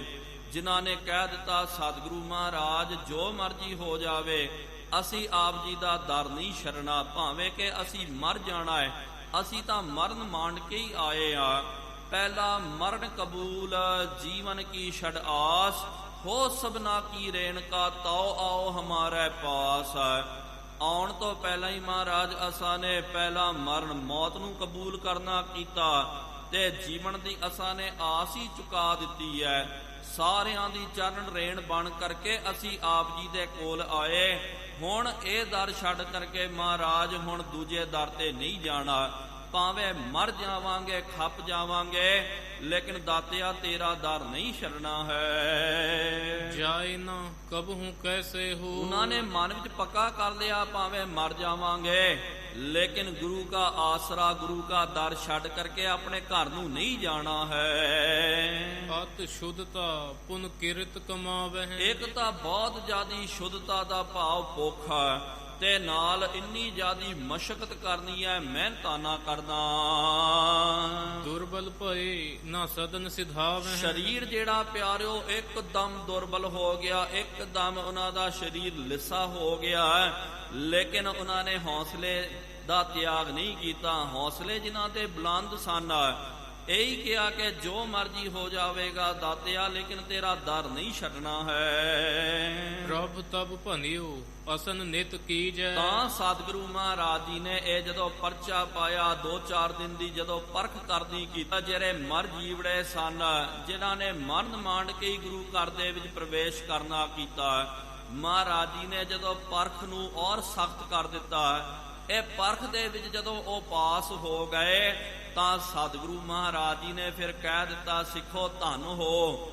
ਅੱਜ ਤੋਂ ਬਾਅਦ ਫਿਰ ਲਾਂਗਰੀਆਂ ਨੂੰ ਕਹਿ ਦਿੱਤਾ ਕਿ 2 ਟਾਈਮ ਦਾ ਪ੍ਰਸ਼ਾਦਾ ਵਧੀਆ ਲੰਗਰ ਦੇ ਵਿੱਚ ਬਣਾਇਆ ਕਰੋ ਤੇ ਸੇਵਕਾਂ ਨੂੰ, ਸਿੱਖਾਂ ਨੂੰ 2 ਟਾਈਮ ਪ੍ਰਸ਼ਾਦਾ ਜਿਹੜਾ ਪ੍ਰਾਪਤ ਹੋਣਾ ਚਾਹੀਦਾ ਹੈ। ਇਸ ਤਰ੍ਹਾਂ ਸਤਿਗੁਰੂ ਮਹਾਰਾਜ ਜੀ ਨੇ ਪਹਿਲਾਂ ਪਿਆਰਿਓ 1 ਟਾਈਮ ਕਰ ਦਿੱਤਾ ਸੀ, ਫਿਰ 2 ਦਿਨਾਂ ਤੋਂ ਬਾਅਦ 1 ਦਿਨ ਪ੍ਰਸ਼ਾਦਾ ਪ੍ਰਾਪਤ ਹੋਣਾ। ਹੁਣ ਸਤਿਗੁਰੂ ਮਹਾਰਾਜ ਜੀ ਨੇ ਵੇਖਿਆ ਕਿ ਇਹ ਮਰਜੀਵੜੇ ਸਿੱਖ ਹਨ, ਇਹ ਮਰਨ ਮਾਂਡ ਕਰਕੇ ਆਏ, ਇਹਨਾਂ ਨੂੰ ਕੋਈ ਆਪਾਂ ਭਜਾ ਨਹੀਂ ਸਕਦੇ ਆ, ਇਹ ਤਾਂ ਇੱਥੇ ਹੀ ਇਹਨਾਂ ਨੇ ਰਹਿਣਾ ਹੈ, ਆਪਣਾ ਸਭ ਇਹਨਾਂ ਨੇ ਤਿਆਗ ਦਿੱਤਾ, ਸਮਰਪਿਤ ਕਰ ਦਿੱਤਾ। ਜਦੋਂ ਇਹ ਪਰਖ ਦੇ ਵਿੱਚ ਉਹ ਪਾਸ ਹੋ ਗਏ ਤਾਂ ਫਿਰ ਮਹਾਰਾਜ ਜੀ ਨੇ ਕਿਹਾ, ਸਿੱਖੋ ਅੱਜ ਤੋਂ ਬਾਅਦ 2 ਟਾਈਮ ਦਾ ਪ੍ਰਸ਼ਾਦਾ ਗੁਰੂ ਘਰ ਦੇ ਵਿੱਚੋਂ ਪ੍ਰਾਪਤ ਕਰਨਾ ਕਰੋ। ਜਾਂ ਤੇ ਸਿੱਖ ਤ੍ਰਿਪਤੈ ਸੁਖ ਦੀਜੈ। ਹੁਣ ਸਤਿਗੁਰੂ ਮਹਾਰਾਜ ਜੀ ਨੇ ਲਾਂਗਰੀ ਨੂੰ ਕਹਿ ਦਿੱਤਾ ਕਿ ਜਿਸ ਕਰਕੇ ਸਾਡੇ ਸਿੱਖ ਤ੍ਰਿਪਤ ਹੋ ਜਾਣਗੇ, ਇਹੋ ਜਿਹਾ ਵਧੀਆ ਭੋਜਨ ਬਣਾ ਕਰਕੇ ਇਹਨਾਂ ਨੂੰ ਛਕਾਇਆ ਜਾਵੇ। ਹੋਣ ਲਗਿਓ ਨਿਤ ਬਹੁਰ ਆਹਾਰਾ। ਇਸ ਤਰ੍ਹਾਂ ਗੁਰੂ ਘਰ ਦੇ ਵਿੱਚ ਬਹੁਰ ਦੁਬਾਰਾ ਪਿਆਰਿਓ 2 ਟਾਈਮ ਦਾ ਪ੍ਰਸ਼ਾਦਾ ਬਣ ਰਿਹਾ, ਤਿਆਰ ਹੋ ਰਿਹਾ। ਤ੍ਰਿਪਤੈ ਖਾਏ ਸੋ ਰੁਚ ਅਨੁਸਾਰਾ। ਗੁਰੂ ਕੇ ਸਿੱਖ ਕੀ ਕਰਦੇ, ਆਪਣੀ ਰੁਚ ਅਨੁਸਾਰ ਪ੍ਰਸ਼ਾਦਾ ਛਕ ਕਰਕੇ ਤ੍ਰਿਪਤ ਹੁੰਦੇ ਹਨ, ਨਾਲ ਬਾਰ-ਬਾਰ ਪੈੜੀਆਂ ਦੇ ਵਿੱਚ ਵੀ ਕੰਮਕਾਜ ਕਰਿਆ ਕਰਦੇ। ਸਗਰੇ ਦਿਵਸ ਕਰੈ ਕ੍ਰਿਖਕਾਰੀ। ਸਾਰਾ ਦਿਨ ਪਿਆਰਿਓ ਬਾਰ-ਬਾਰ ਜਾ ਕਰਕੇ ਖੇਤਾਂ ਦੇ ਵਿੱਚ ਜਾ ਕਰਕੇ ਕਾਰੀ ਕਰਦੇ ਹਨ, ਖੇਤੀ ਦਾ ਕੰਮ ਕਰਦੇ। ਭਏ ਖੇਤ ਹਰਿਆਵਲ ਭਾਰੀ। ਇਸ ਤਰ੍ਹਾਂ ਪੂਰੀ ਮਿਹਨਤ ਮਸ਼ੱਕਤ ਦੇ ਨਾਲ ਜੀ ਲਾ ਕਰਕੇ ਜਦੋਂ ਖੇਤੀ ਦਾ ਕੰਮ ਕਰਨਾ ਕੀਤਾ, ਥੋੜੇ ਕੋ ਦਿਨਾਂ ਦੇ ਵਿੱਚ ਪਿਆਰਿਓ ਖੇਤ ਇੱਕਦਮ ਹਰਾ ਭਰਾ ਹੋ ਗਿਆ, ਕਿਉਂਕਿ ਜਿਹੜੇ ਕਿਰਸਾਨੀ ਕਰਦੇ ਹਨ, ਖੇਤੀ ਕਰਦੇ ਹਨ, ਵਿਦਵਾਨ ਸਿਆਣੇ ਜਿਹੜੇ ਖੇਤੀਦਾਨ ਹੁੰਦੇ, ਉਹ ਦੱਸਦੇ ਕਿ ਜਿੰਨਾ ਤੁਸੀਂ ਖੇਤੀ ਦੇ ਉੱਤੇ ਮਿਹਨਤ ਕਰਨਾ ਕਰੋ, ਤਕਨੀਕ ਦੇ ਨਾਲ ਵਧੀਆ ਉਹਦੀ ਦੇਖਭਾਲ ਦੇ ਨਾਲ ਖੇਤੀ ਦਾ ਕੰਮ ਕਰਨਾ ਕਰੋ, ਤੁਹਾਨੂੰ ਉਨਾ ਜ਼ਿਆਦਾ ਫਾਇਦਾ ਹੋਵੇਗਾ। ਇਸ ਤਰ੍ਹਾਂ ਇਹਨਾਂ ਨੇ ਪੂਰੀ ਮਸ਼ੱਕਤ ਕਰਕੇ ਤੇ ਨਾਲ ਪੂਰਾ ਦਿਲ ਲਾ ਕਰਕੇ ਜਦੋਂ ਖੇਤੀ ਦਾ ਕੰਮ ਕਰਨਾ ਕੀਤਾ, ਜਿਸ ਤਰ੍ਹਾਂ ਮਹਾਰਾਜ ਜੀ ਨੇ ਦੱਸਿਆ, ਥੋੜੇ ਕੋ ਦਿਨਾਂ ਦੇ ਵਿੱਚ ਪਿਆਰਿਓ ਖੇਤ ਇੱਕਦਮ ਹਰਾ ਭਰਾ ਹੋ ਗਿਆ। ਕਰ ਮਿਹਨਤ ਸਭ ਅੰਨ ਪਕਾਏ। ਸਾਰਿਆਂ ਨੇ ਮਿਹਨਤਾਨਾ ਕਰਕੇ ਅੰਨ ਜਿਹੜਾ ਹੈ ਉਹਨੂੰ ਪਕਾਉਣਾ ਕੀਤਾ। ਜਦੋਂ ਖੇਤੀ ਪਕਣ ਦੇ ਵਿੱਚ ਆ ਗਈ, ਗੁਰ ਸਮੀਪ ਅਸ ਬਚਨ ਅਲਾਏ। ਫਿਰ ਜਾ ਕਰਕੇ ਸਤਿਗੁਰੂ ਮਹਾਰਾਜ ਜੀ ਦੇ ਕੋਲ ਇਹ ਬਚਨ ਉਚਾਰਨ ਕੀਤਾ ਹੈ, ਕਿਰਪਾ ਤੁਮਾਰੀ ਤੇ ਕ੍ਰਿਖ ਪਾਕੇ। ਸੇਵਕਾਂ ਨੇ, ਸਿੱਖਾਂ ਨੇ ਬਚਨ ਕੀਤਾ ਕਿ ਸਤਿਗੁਰੂ ਮਹਾਰਾਜ ਆਪ ਜੀ ਦੀ ਕਿਰਪਾ ਦੇ ਨਾਲ ਜੋ ਆਪਾਂ ਖੇਤੀ ਦਾ ਕੰਮ ਕਰ ਰਹੇ ਸੀ ਨਾ, ਖੇਤੀ ਦਾ ਬੋਣਾ ਕੀਤਾ, ਉਹ ਖੇਤੀ ਜਿਹੜੀ ਹੈ ਸਾਡੀ ਹੁਣ ਪੱਕ ਗਈ ਹੈ। ਅਬ ਕੈਸੇ ਹੈ ਆਯੁਸ ਤਾਂ ਕੀ। ਹੁਣ ਮਹਾਰਾਜ ਆਪ ਜੀ ਆਗਿਆ ਬਖਸ਼ਣਾ ਕਰੋ, ਹੁਣ ਕੀ ਕੰਮ ਕਰਨਾ ਕਰੀਏ। ਹੁਣ ਵਾਢੀਆਂ ਦਾ, ਖੇਤੀ ਨੂੰ ਵੱਢਣ ਦਾ ਸਮਾਂ ਆ ਗਿਆ, ਅਸੀਂ ਆਪ ਜੀ ਦੀ ਆਗਿਆ ਲੈਣ ਵਾਸਤੇ ਆਏ ਹਾਂ। ਸਤਿਗੁਰ ਕਹਿਓ ਬਾੜ ਸਭ ਲੀਜੈ। ਸਤਿਗੁਰੂ ਮਹਾਰਾਜ ਜੀ ਨੇ ਕਿਹਾ, ਸਿੱਖੋ ਕੰਮ ਕਰੋ, ਜਾਓ ਖੇਤੀ ਦੇ ਵਿੱਚ। ਜਦੋਂ ਪਿਆਰਿਓ ਖੇਤੀ ਦਾ ਜਦੋਂ ਵਾਢੀ ਦਾ ਸਮਾਂ ਆ ਜਾਂਦਾ, ਜਦੋਂ ਖੇਤੀ ਪੱਕ ਜਾਂਦੀ ਹੈ ਤੇ ਸਮਾਂ ਰਹਿੰਦੇ ਹੀ ਉਹਨੂੰ ਕੱਟ ਲੈਣਾ ਪੈਂਦਾ। ਮਹਾਰਾਜ ਜੀ ਨੇ ਕਿਹਾ, ਸਿੱਖੋ ਜਾਓ, ਜਾ ਕਰਕੇ ਵਾਢੀ ਕਰ ਦਿਓ, ਭਾਵ ਕੇ ਖੇਤ ਨੂੰ ਕੱਟ ਕੇ ਰੱਖ ਦਿਓ। ਨਹਿ ਗਾਹੂ ਖਲਵਾਰੇ ਕੀਜੈ। ਲੇਕਿਨ ਇਹ ਕਿਹਾ ਕਿ ਨਹਿ ਗਾਹੂ ਖਲਵਾਰੇ ਕੀਜੈ। ਲੇਕਿਨ ਉਹਨੂੰ ਗਾਉਣਾ ਨਾ ਕਰਨਾ ਕਰੋ, ਉਹਦੇ ਖਲਵਾੜੇ ਬਣਾ ਕਰਕੇ ਰੱਖ ਦਿਓ। ਆ ਜਿਹੜਾ ਸ਼ਬਦ ਹੈ ਨਾ ਪਿਆਰਿਓ, ਖੇਤੀ ਨੂੰ ਗਾਉਣਾ ਤੇ ਖੇਤੀ ਦਾ ਖਲਵਾੜਾ ਕਰਕੇ ਰੱਖਣਾ, ਇਹਦਾ ਮਤਲਬ ਹੈ ਜਿਹੜੇ ਖੇਤੀ ਜਿਹੜੇ ਜ਼ਿਮੀਂਦਾਰਾ ਕਰਦੇ ਹਨ ਉਹਨਾਂ ਨੂੰ ਵਧੀਆ ਪਤਾ ਹੋਵੇਗਾ। ਖੇਤ ਪਿਆਰਿਓ ਜਦੋਂ ਪਿਆਰਿਓ ਖੇਤੀ ਪੱਕ ਜਾਂਦੀ ਹੈ, ਅੱਜ ਤਾਂ ਵੱਡੀਆਂ ਕਰਬਾਈਨਾਂ ਲੱਗ ਗਈਆਂ, ਜ਼ਿਆਦੀ ਮਿਹਨਤ ਕਰਨ ਦੀ ਲੋੜ ਹੀ ਨਹੀਂ ਹੈ। ਕਰਬਾਈਨ ਵੱਡੀ ਮਸ਼ੀਨ ਜਿਹੜੀ ਹੈ ਖੇਤ ਦੇ ਵਿੱਚ ਫਿਰਾ ਦਿਓ। 1 ਘੰਟੇ ਦੇ ਵਿੱਚ 1-2 ਕਿੱਲੇ ਉਹ ਖੇਤੀ ਦਾ ਜਿਹੜਾ ਸਫਾਇਆ ਕਰ ਦਿੰਦੀ, ਭਾਵ ਕਿ ਆਪੇ ਹੀ ਉਹਨੇ ਖੇਤੀ ਨੂੰ ਵੱਢ ਲੈਣਾ, ਆਪੇ ਹੀ ਵੱਢ ਕਰਕੇ ਉਹਦਾ ਛੱਟਾ ਵੀ ਕਰ ਦੇਣਾ, ਦਾਣੇ ਵੱਖਰੇ ਕਰ ਦੇਣੇ, ਖਲਵਾਰਾ ਵੱਖਰਾ ਕਰ ਦੇਣਾ, ਤੇ ਉਹ ਜਿਹੜਾ ਹੈ ਨਾ ਘਾਹ ਜਿਹੜਾ ਹੈ ਤੇ ਫਿਰ ਉਹਨੂੰ ਬਰੀਕ ਕਰਕੇ ਉਹ ਵੀ ਇੱਕ ਪਾਸੇ ਕਰਕੇ ਰੱਖ ਦਿੰਦੇ। ਲੇਕਿਨ ਪਹਿਲੇ ਜ਼ਮਾਨੇ ਦੇ ਵਿੱਚ ਜਦੋਂ ਆਧੁਨਿਕਤਾ ਨਹੀਂ ਆਈ ਸੀ, ਉਹਨਾਂ ਜ਼ਮਾਨਿਆਂ ਦੇ ਵਿੱਚ ਕੀ ਕਰਨਾ ਪੈਂਦਾ ਸੀ, ਜਦੋਂ ਖੇਤੀ ਪੱਕ ਜਾਵੇ ਤੇ ਪੱਕਣ ਤੋਂ ਬਾਅਦ ਉਹਨੂੰ ਕੱਟ ਕਰਕੇ ਪਿਆਰਿਓ ਉਹਦੇ ਢੇਰ ਲਾ ਕਰਕੇ ਰੱਖਦੇ ਸਨ। ਫਿਰ ਉਸ ਤੋਂ ਬਾਅਦ ਜਦੋਂ ਖੇਤੀ ਪੱਕ ਜਾਂਦੀ ਹੈ, ਦਾਣੇ ਪੂਰੇ ਜਦੋਂ ਪੱਕ ਜਾਂਦੇ, ਸੁੱਕ ਜਾਂਦੇ, ਤੇ ਫਿਰ ਪਿਆਰਿਓ ਉਹਦਾ ਖਲਵਾੜਾ ਕਰਦੇ ਹਨ। ਆਪਣੇ ਇਲਾਕੇ ਦੇ ਵਿੱਚ ਉਹਨੂੰ ਖੱਲਾ ਬੋਲਦੇ ਕਿ ਭਈ ਖੇਤੀ ਦਾ ਖੱਲਾ ਕਰਨਾ ਕਰਕੇ, ਭਾਵ ਕਿ ਵੱਡਾ ਸਾਰਾ ਪੱਥਰ ਲਿਆ ਕਰਕੇ ਜਾਂ ਬਹੁਤ ਵੱਡੀਆਂ ਲੱਕੜਾਂ ਲਿਆ ਕਰਕੇ ਉਹਨੂੰ ਰੱਖਦੇ, ਤੇ ਫਿਰ ਜਿਹੜੇ ਦਾਣੇ ਹੁੰਦੇ ਹਨ, ਜਿਹੜੇ ਬੂਟੇ ਹੁੰਦੇ, ਉਹਨੂੰ ਬੰਨ ਕਰਕੇ ਉਹਦੇ ਉੱਤੇ ਮਾਰਿਆ ਜਾਂਦਾ। ਤੇ ਜਦੋਂ ਮਾਰਦੇ ਬਾਰ-ਬਾਰ ਤੇ ਸੁੱਕੇ ਦਾਣੇ ਜਿਹੜੇ ਟੁੱਟ ਕਰਕੇ ਫਿਰ ਖਲ ਦੇ ਵਿੱਚ ਉੱਥੇ ਗਿਰ ਜਾਂਦੇ ਹਨ, ਫਿਰ ਘਾਹ ਰਹਿ ਜਾਂਦੀ ਹੈ, ਉਹਨੂੰ ਪਾਸੇ ਕਰ ਦਿੱਤਾ ਜਾਂਦਾ। ਤੇ ਫਿਰ ਪਾਸੇ ਕਰਕੇ ਉਹਦਾ ਖਲਵਾੜਾ ਵੱਡਾ ਜਿਹੜਾ ਹੈ, ਜਿੰਨਾ ਘਾਹ ਜਿਹੜਾ ਰਹਿ ਗਿਆ ਉਹਦਾ ਫਿਰ ਪਿਆਰਿਓ ਇੱਕ ਢੇਰ ਲਾ ਕਰਕੇ ਉਹਨੂੰ ਰੱਖ ਦਿੰਦੇ ਹਨ। ਕਹਿਣ ਦਾ ਭਾਵ ਕਿ ਖੇਤ ਕੱਟ ਕਰਕੇ ਫਿਰ ਸਭ ਤੋਂ ਪਹਿਲੇ ਉਹਦਾ ਪਿਆਰਿਓ ਗਾਉਣਾ ਪੈਂਦਾ, ਫਿਰ ਉਹਦਾ ਖਲਵਾੜਾ ਕਰਦੇ ਹਨ। ਭਾਈ ਰਜਾਏ ਦਾਤਲੇ ਦਾਸਾ, ਸਤਿਗੁਰੂ ਮਹਾਰਾਜ ਜੀ ਨੇ ਕਿਹਾ ਖੇਤ ਨੂੰ ਤਾਂ ਕੱਟ ਕੇ ਰੱਖ ਦਿਓ, ਲੇਕਿਨ ਉਹਦਾ ਖਲਵਾੜਾ ਨਹੀਂ ਕਰਨਾ, ਭਾਵ ਕਿ ਉਹਦੇ ਦਾਣੇ ਵੱਖਰੇ ਨਹੀਂ ਕਰਨੇ। ਇੱਕ ਵੱਡਾ ਢੇਰ ਲਾ ਕਰਕੇ ਉਹਨੂੰ ਵੱਡਾ ਸਾਰਾ ਤੇ ਢੇਰ ਬਣਾ ਕਰਕੇ ਰੱਖ ਦਿਓ, ਤੇ ਉਹਨਾਂ ਖੇਤੀ ਦੇ ਵਿੱਚੋਂ ਦਾਣੇ ਵੱਖਰੇ ਨਹੀਂ ਕਰਨੇ ਹਨ। ਲਾਗੇ ਲੁਲਨ ਜਹਾਂ ਕ੍ਰਿਖ ਰਾਖ, ਤੇ ਜਿਸ ਤਰ੍ਹਾਂ ਸਤਿਗੁਰੂ ਮਹਾਰਾਜ ਜੀ ਨੇ ਕਿਹਾ ਨਾ, ਤੇ ਸੇਵਕਾਂ ਨੇ ਸਿੱਖਾਂ ਨੇ ਜਾ ਕਰਕੇ ਵਾਢੀ ਦਾ ਕੰਮ ਸ਼ੁਰੂ ਕਰ ਦਿੱਤਾ। ਚੰਗੀ ਤਰ੍ਹਾਂ ਸਾਰੀ ਖੇਤੀ ਨੂੰ ਜਿਹੜੀ ਪੱਕ ਗਈ ਸੀ ਉਹਨੂੰ ਵੱਢ ਕਰਕੇ ਉਹਦਾ ਖਲਵਾੜਾ ਨਹੀਂ ਕਰਨਾ ਕੀਤਾ, ਉਹਨੂੰ ਇੱਕ ਪਾਸੇ ਲਾ ਕਰਕੇ ਗਾਹ ਕਰਕੇ ਉਹਦਾ ਢੇਰ ਬਣਾ ਕਰਕੇ ਰੱਖ ਲਿਆ। ਬਾੜ ਕੇ ਖੇਤ ਅਨਸਾਰੇ, ਸਾਰਾ ਖੇਤ ਵੱਢ ਕਰਕੇ ਲਾਏ ਅਧਿਕ ਊਚ ਖਲਵਾਰੇ, ਉਹਨੂੰ ਵੱਢ ਕਰਕੇ ਵਾਢੀ ਕਰਕੇ ਵੱਡੇ ਸਾਰੇ ਖਲਵਾੜੇ ਜਿਹੜੇ ਹਨ, ਵੱਡੇ ਸਾਰੇ ਢੇਰ ਜਿਹੜੇ ਹਨ ਖੇਤ ਦੇ ਇਹਨਾਂ ਨੇ ਲਾ ਦਿੱਤੇ। ਬੋਹਰ ਗਏ ਸਿੱਖ ਗੁਰੂ ਅਗਾਰੀ, ਇਸ ਤਰ੍ਹਾਂ ਮਹਾਰਾਜ ਜੀ ਦੀ ਫਿਰ ਜੋ ਆਗਿਆ ਸੀ ਉਸ ਮੁਤਾਬਕ ਕੰਮ ਕਰਕੇ ਮਹਾਰਾਜ ਨੇ ਕਿਹਾ ਨਾ ਕਿ ਭਾਈ ਇਹਨੂੰ ਗਾਉਣਾ ਨਹੀਂ ਹੈ, ਖਲਵਾੜੇ ਬਣਾ ਕਰਕੇ ਰੱਖ ਦਿਓ। ਤੇ ਖਲਵਾੜੇ ਬਣਾ ਕਰਕੇ ਰੱਖ ਦਿੱਤੇ ਗਏ, ਤੇ ਫਿਰ ਸਤਿਗੁਰੂ ਮਹਾਰਾਜ ਜੀ ਦੇ ਕੋਲ ਬੇਨਤੀ ਕਰਨ ਵਾਸਤੇ ਚੱਲ ਗਏ।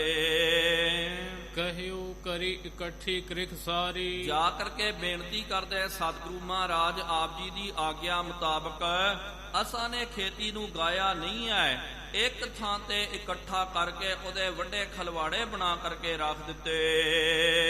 ਲਾਗੇ ਅਧਿਕ ਊਚ ਅੰਬਾਰੇ, ਆਪ ਜੀ ਖੇਤਾਂ ਦੇ ਵਿੱਚ ਆ ਕਰਕੇ ਵੇਖਣਾ ਕਰੋ, ਮਹਾਰਾਜ ਬਹੁਤ ਉੱਚੇ ਉੱਚੇ ਅੰਬਾਰ ਜਿਹੜੇ ਖੇਤੀ ਦੇ ਲੱਗ ਗਏ ਹਨ। ਅਬ ਰਜਾਏ ਰਾਵਰ ਅਨੁਸਾਰੇ, ਹੁਣ ਆਪ ਜੀ ਦੀ ਆਗਿਆ, ਆਪ ਜੀ ਦੇ ਅਨੁਸਾਰ ਮਹਾਰਾਜ ਜੋ ਆਪ ਜੀ ਬੋਲੋਗੇ ਉਸ ਤਰ੍ਹਾਂ ਅਸਾਂ ਨੇ ਕੰਮ ਕਰਨਾ। ਜੇ ਆਪ ਜੀ ਕਹੋ ਕਿ ਭਾਈ ਹੁਣ ਤਾਂ ਢੇਰ ਲਾ ਦਿੱਤਾ, ਹੁਣ ਇਹਨੂੰ ਗਾ ਲਿਓ, ਭਾਵ ਕਿ ਇਹਦੇ ਦਾਣੇ ਵੱਖਰੇ ਕਰ ਦਿਓ, ਉਹਨੂੰ ਛੱਟਾ ਮਾਰੋ, ਤਾਂ ਸਤਿਗੁਰੂ ਮਹਾਰਾਜ ਅਸੀਂ ਇਹ ਕੰਮ ਕਰਨਾ। ਕਹਿ ਸੁਨ ਕੇ ਪ੍ਰਭੂ ਉਤੰਗੇ, ਸਤਿਗੁਰੂ ਸੱਚੇ ਪਾਤਸ਼ਾਹ ਉਤੰਗੇ ਦਾ ਭਾਵ ਤੇ ਸਭ ਤੋਂ ਉੱਚੇ, ਸਭ ਤੇ ਵੱਡਾ ਸਤਿਗੁਰ ਨਾਨਕ। ਸਭ ਤੋਂ ਵੱਡੇ ਕੌਣ ਹਨ ਸਾਡੇ ਵਾਸਤੇ? ਸ੍ਰੀ ਗੁਰੂ ਨਾਨਕ ਦੇਵ ਜੀ ਮਹਾਰਾਜ। ਚਲੇ ਬਿਲੋਕਨ ਕੋ ਤਿੰਨ ਸੰਗੇ, ਜਦੋਂ ਸਿੱਖਾਂ ਨੇ ਜਾ ਕਰਕੇ ਮਹਾਰਾਜ ਨੂੰ ਕਿਹਾ ਕਿ ਮਹਾਰਾਜ ਖਲਵਾੜੇ ਲਾ ਦਿੱਤੇ, ਅੰਬਰ ਲਗਾਏ ਅੰਬਾਰ ਜਿੱਥੇ ਸਤਿਗੁਰੂ ਮਹਾਰਾਜ ਜੀ ਨੇ ਸਿੱਖਾਂ ਨੇ ਬਹੁਤ ਉੱਚੇ ਉੱਚੇ ਖੇਤਾਂ ਦੇ ਅੰਬਾਰ, ਖੇਤੀ ਦੇ ਅੰਬਾਰ ਉਹਨਾਂ ਨੇ ਲਾ ਦਿੱਤੇ। ਛਾਂਡੇ ਆਨ ਭਏ ਤਹਿ ਥਾਏ, ਉੱਥੇ ਆ ਕਰਕੇ ਸਤਿਗੁਰੂ ਮਹਾਰਾਜ ਜੀ ਨੇ ਖੜਨਾ ਕੀਤਾ, ਵੇਖਣਾ ਕੀਤਾ। ਹਰਖੇ ਦੇਖ ਤਿਨਹਿ ਸੁਖ ਸਦਨੰ, ਸੁੱਖਾਂ ਦੇ ਸਦਨ ਸਤਿਗੁਰੂ ਮਹਾਰਾਜ ਜੀ ਨੇ ਜਦੋਂ ਸਿੱਖਾਂ ਦੀ ਇਹ ਕਾਰ ਨੂੰ ਵੇਖਣਾ ਕੀਤਾ, ਐਨ ਸਵਾਰ ਕਰਕੇ ਬਹੁਤ ਵਧੀਆ ਸਿੱਖਾਂ ਨੇ ਜਦੋਂ ਖੇਤੀ ਦਾ ਕੰਮ ਕਰਨਾ ਕੀਤਾ, ਬਹੁਤ ਜ਼ਿਆਦੀ ਪੈਦਾਵਾਰ ਜਦੋਂ ਸਿੱਖਾਂ ਨੇ ਕਰਨੀ ਕੀਤੀ ਹੈ, ਉਹਨਾਂ ਦੀ ਮਿਹਨਤ ਨੂੰ ਵੇਖ ਕਰਕੇ ਸਤਿਗੁਰੂ ਮਹਾਰਾਜ ਬਹੁਤ ਜ਼ਿਆਦਾ ਪ੍ਰਸੰਨ ਹੋਏ। ਸਾਧ ਸਾਧ ਉਚਰਿਓ ਸ਼੍ਰੀ ਬਦਨੰ। ਸਤਿਗੁਰੂ ਮਹਾਰਾਜ ਜੀ ਨੇ ਸਾਰੇ ਸਿੱਖਾਂ ਨੂੰ ਜਿਹੜੇ ਰਹਿ ਗਏ ਸਨ, ਜਿਨ੍ਹਾਂ ਨੇ ਸਤਿਗੁਰੂ ਮਹਾਰਾਜ ਜੀ ਦਾ ਓਟ ਆਸਰਾ ਨਹੀਂ ਤਿਆਗਣਾ ਕੀਤਾ, ਉਹਨਾਂ ਸਾਰਿਆਂ ਨੂੰ ਬੁਲਾ ਕਰਕੇ ਮਹਾਰਾਜ ਸਾਰਿਆਂ ਨੂੰ ਕਹਿੰਦੇ ਸ਼ਾਬਾਸ਼ ਭਾਈ ਸਿੱਖੋ, ਸ਼ਾਬਾਸ਼ ਹੋਵੇ ਤੁਹਾਨੂੰ, ਬਹੁਤ ਵਧੀਆ ਕੰਮ ਕੀਤਾ। ਤੁਮਰੇ ਘਾਲ ਪਈ ਸਭ ਥਾਈ। ਸਤਿਗੁਰੂ ਜੀ ਕਹਿਣ ਲੱਗੇ ਜੋ ਤੁਸਾਂ ਨੇ ਘਾਲ ਕਮਾਈ ਕੀਤੀ ਨਾ, ਗੁਰੂ ਘਰ ਦੇ ਵਿੱਚ ਸੇਵਾ ਕੀਤੀ, ਤੇ ਗੁਰੂ ਘਰ ਦੇ ਵਿੱਚ ਤੁਹਾਡੀ ਘਾਲ ਕਮਾਈ ਥਾਂ ਪੈ ਗਈ ਹੈ। ਜੋ ਗੁਰ ਕੇ ਹਿਤ ਕ੍ਰਿਤ ਕਮਾਈ। ਜੋ ਆਪ ਜੀ ਨੇ ਗੁਰੂ ਕੇ ਨਿਮਿਤ ਹੋ ਕਰਕੇ ਗੁਰੂ ਘਰ ਦੇ ਵਿੱਚ ਰਹਿ ਕਰਕੇ ਇਹ ਕਿਰਤ ਕਰਨੀ ਕੀਤੀ, ਸੇਵਾ ਕਰਨੀ ਕੀਤੀ।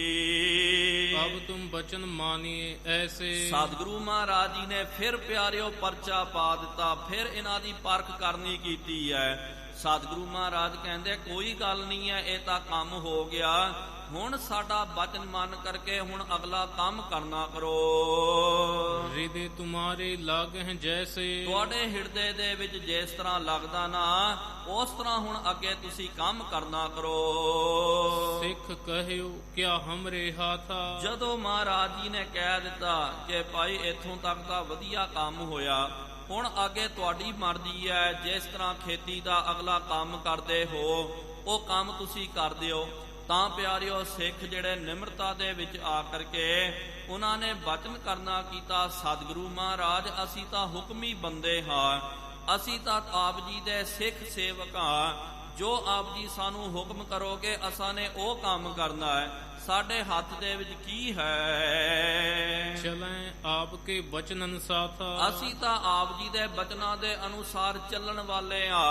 ਆਪ ਜੀ ਬਚਨ ਕਰਨਾ ਕਰੋ, ਕਿਉਂਕਿ ਸਿੱਖੋ ਆਹ ਕੰਮ ਕਰਨਾ ਕਰੋ, ਤਾਂ ਸਤਿਗੁਰੂ ਮਹਾਰਾਜ ਅਸਾਂ ਨੇ ਉਹ ਕੰਮ ਕਰਨਾ ਹੈ। ਦੋਹਰਾ ਸ਼੍ਰੀ ਨਾਨਕ ਭਾਖੀ ਤਬੈ ਸੁਨਹੁ ਬਚਨ ਦੇ ਕਾ। ਤਾਂ ਸਤਿਗੁਰੂ ਗੁਰੂ ਨਾਨਕ ਦੇਵ ਜੀ ਮਹਾਰਾਜ ਜੀ ਨੇ ਬਚਨ ਕਰਨਾ ਕੀਤਾ।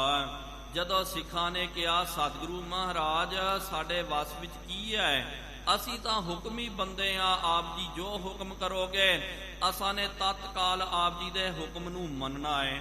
ਤਾਂ ਸਤਿਗੁਰੂ ਮਹਾਰਾਜ ਕਹਿਣ ਲੱਗੇ ਹਾਂ ਭਾਈ ਸਾਡੇ ਬਚਨਾਂ ਨੂੰ ਮੰਨ ਕੇ ਚੱਲਣਾ, ਤਾਂ ਫਿਰ ਕੰਨ ਦੇ ਕਰਕੇ ਸਾਡਾ ਬਚਨ ਸੁਣਨਾ ਕਰੋ। ਇਹ ਲਾਲਚ ਕੇ ਕਰੇ ਤੇ ਨਹਿ ਆਵੈ ਕਛਪਾਨ। ਜੇ ਤੁਸੀਂ ਲਾਲਚ ਕਰਨਾ ਕੀਤਾ, ਹੁਣ ਜੇ ਤੁਹਾਡੇ ਮਨ ਦੇ ਵਿੱਚ ਲਾਲਚ ਆ ਗਈ ਤੇ ਤੁਹਾਡੇ ਹੱਥ ਜਿਹੜੇ ਖਾਲੀ ਰਹਿ ਜਾਣਗੇ। ਚੌਪਈ ਲੀਜੈ ਪਾਵਕ ਫੂਕ ਹੁਸਾਰੀ। ਸਤਿਗੁਰੂ ਮਹਾਰਾਜ ਜੀ ਨੇ ਪਿਆਰਿਓ ਪਹਿਲਾਂ ਕਿਹਾ ਕਿ ਸਿੱਖੋ ਹੁਣ ਮਨ ਵਿੱਚ ਲਾਲਚ ਨਾ ਕਰਨਾ ਕਰੋ, ਤੇ ਅਗਲਾ ਪ੍ਰੋਗਰਾਮ ਕੀ ਕਿਹਾ ਮਹਾਰਾਜ ਜੀ ਨੇ, ਸਿੱਖਾਂ ਨੂੰ ਕਹਿੰਦੇ ਕਿ ਭਾਈ ਇੱਕ ਕੰਮ ਕਰਨਾ ਕਰੋ, ਹੁਣ ਅੱਗ ਲੈ ਕਰਕੇ ਆ ਜਿੰਨਾ ਇਹ ਢੇਰ ਲੱਗਿਆ ਹੋਇਆ ਨਾ ਖੇਤੀ ਦਾ, ਇਹਨੂੰ ਫੂਕ ਦਿਓ, ਇਹਨੂੰ ਅੱਗ ਲਾ ਦਿਓ।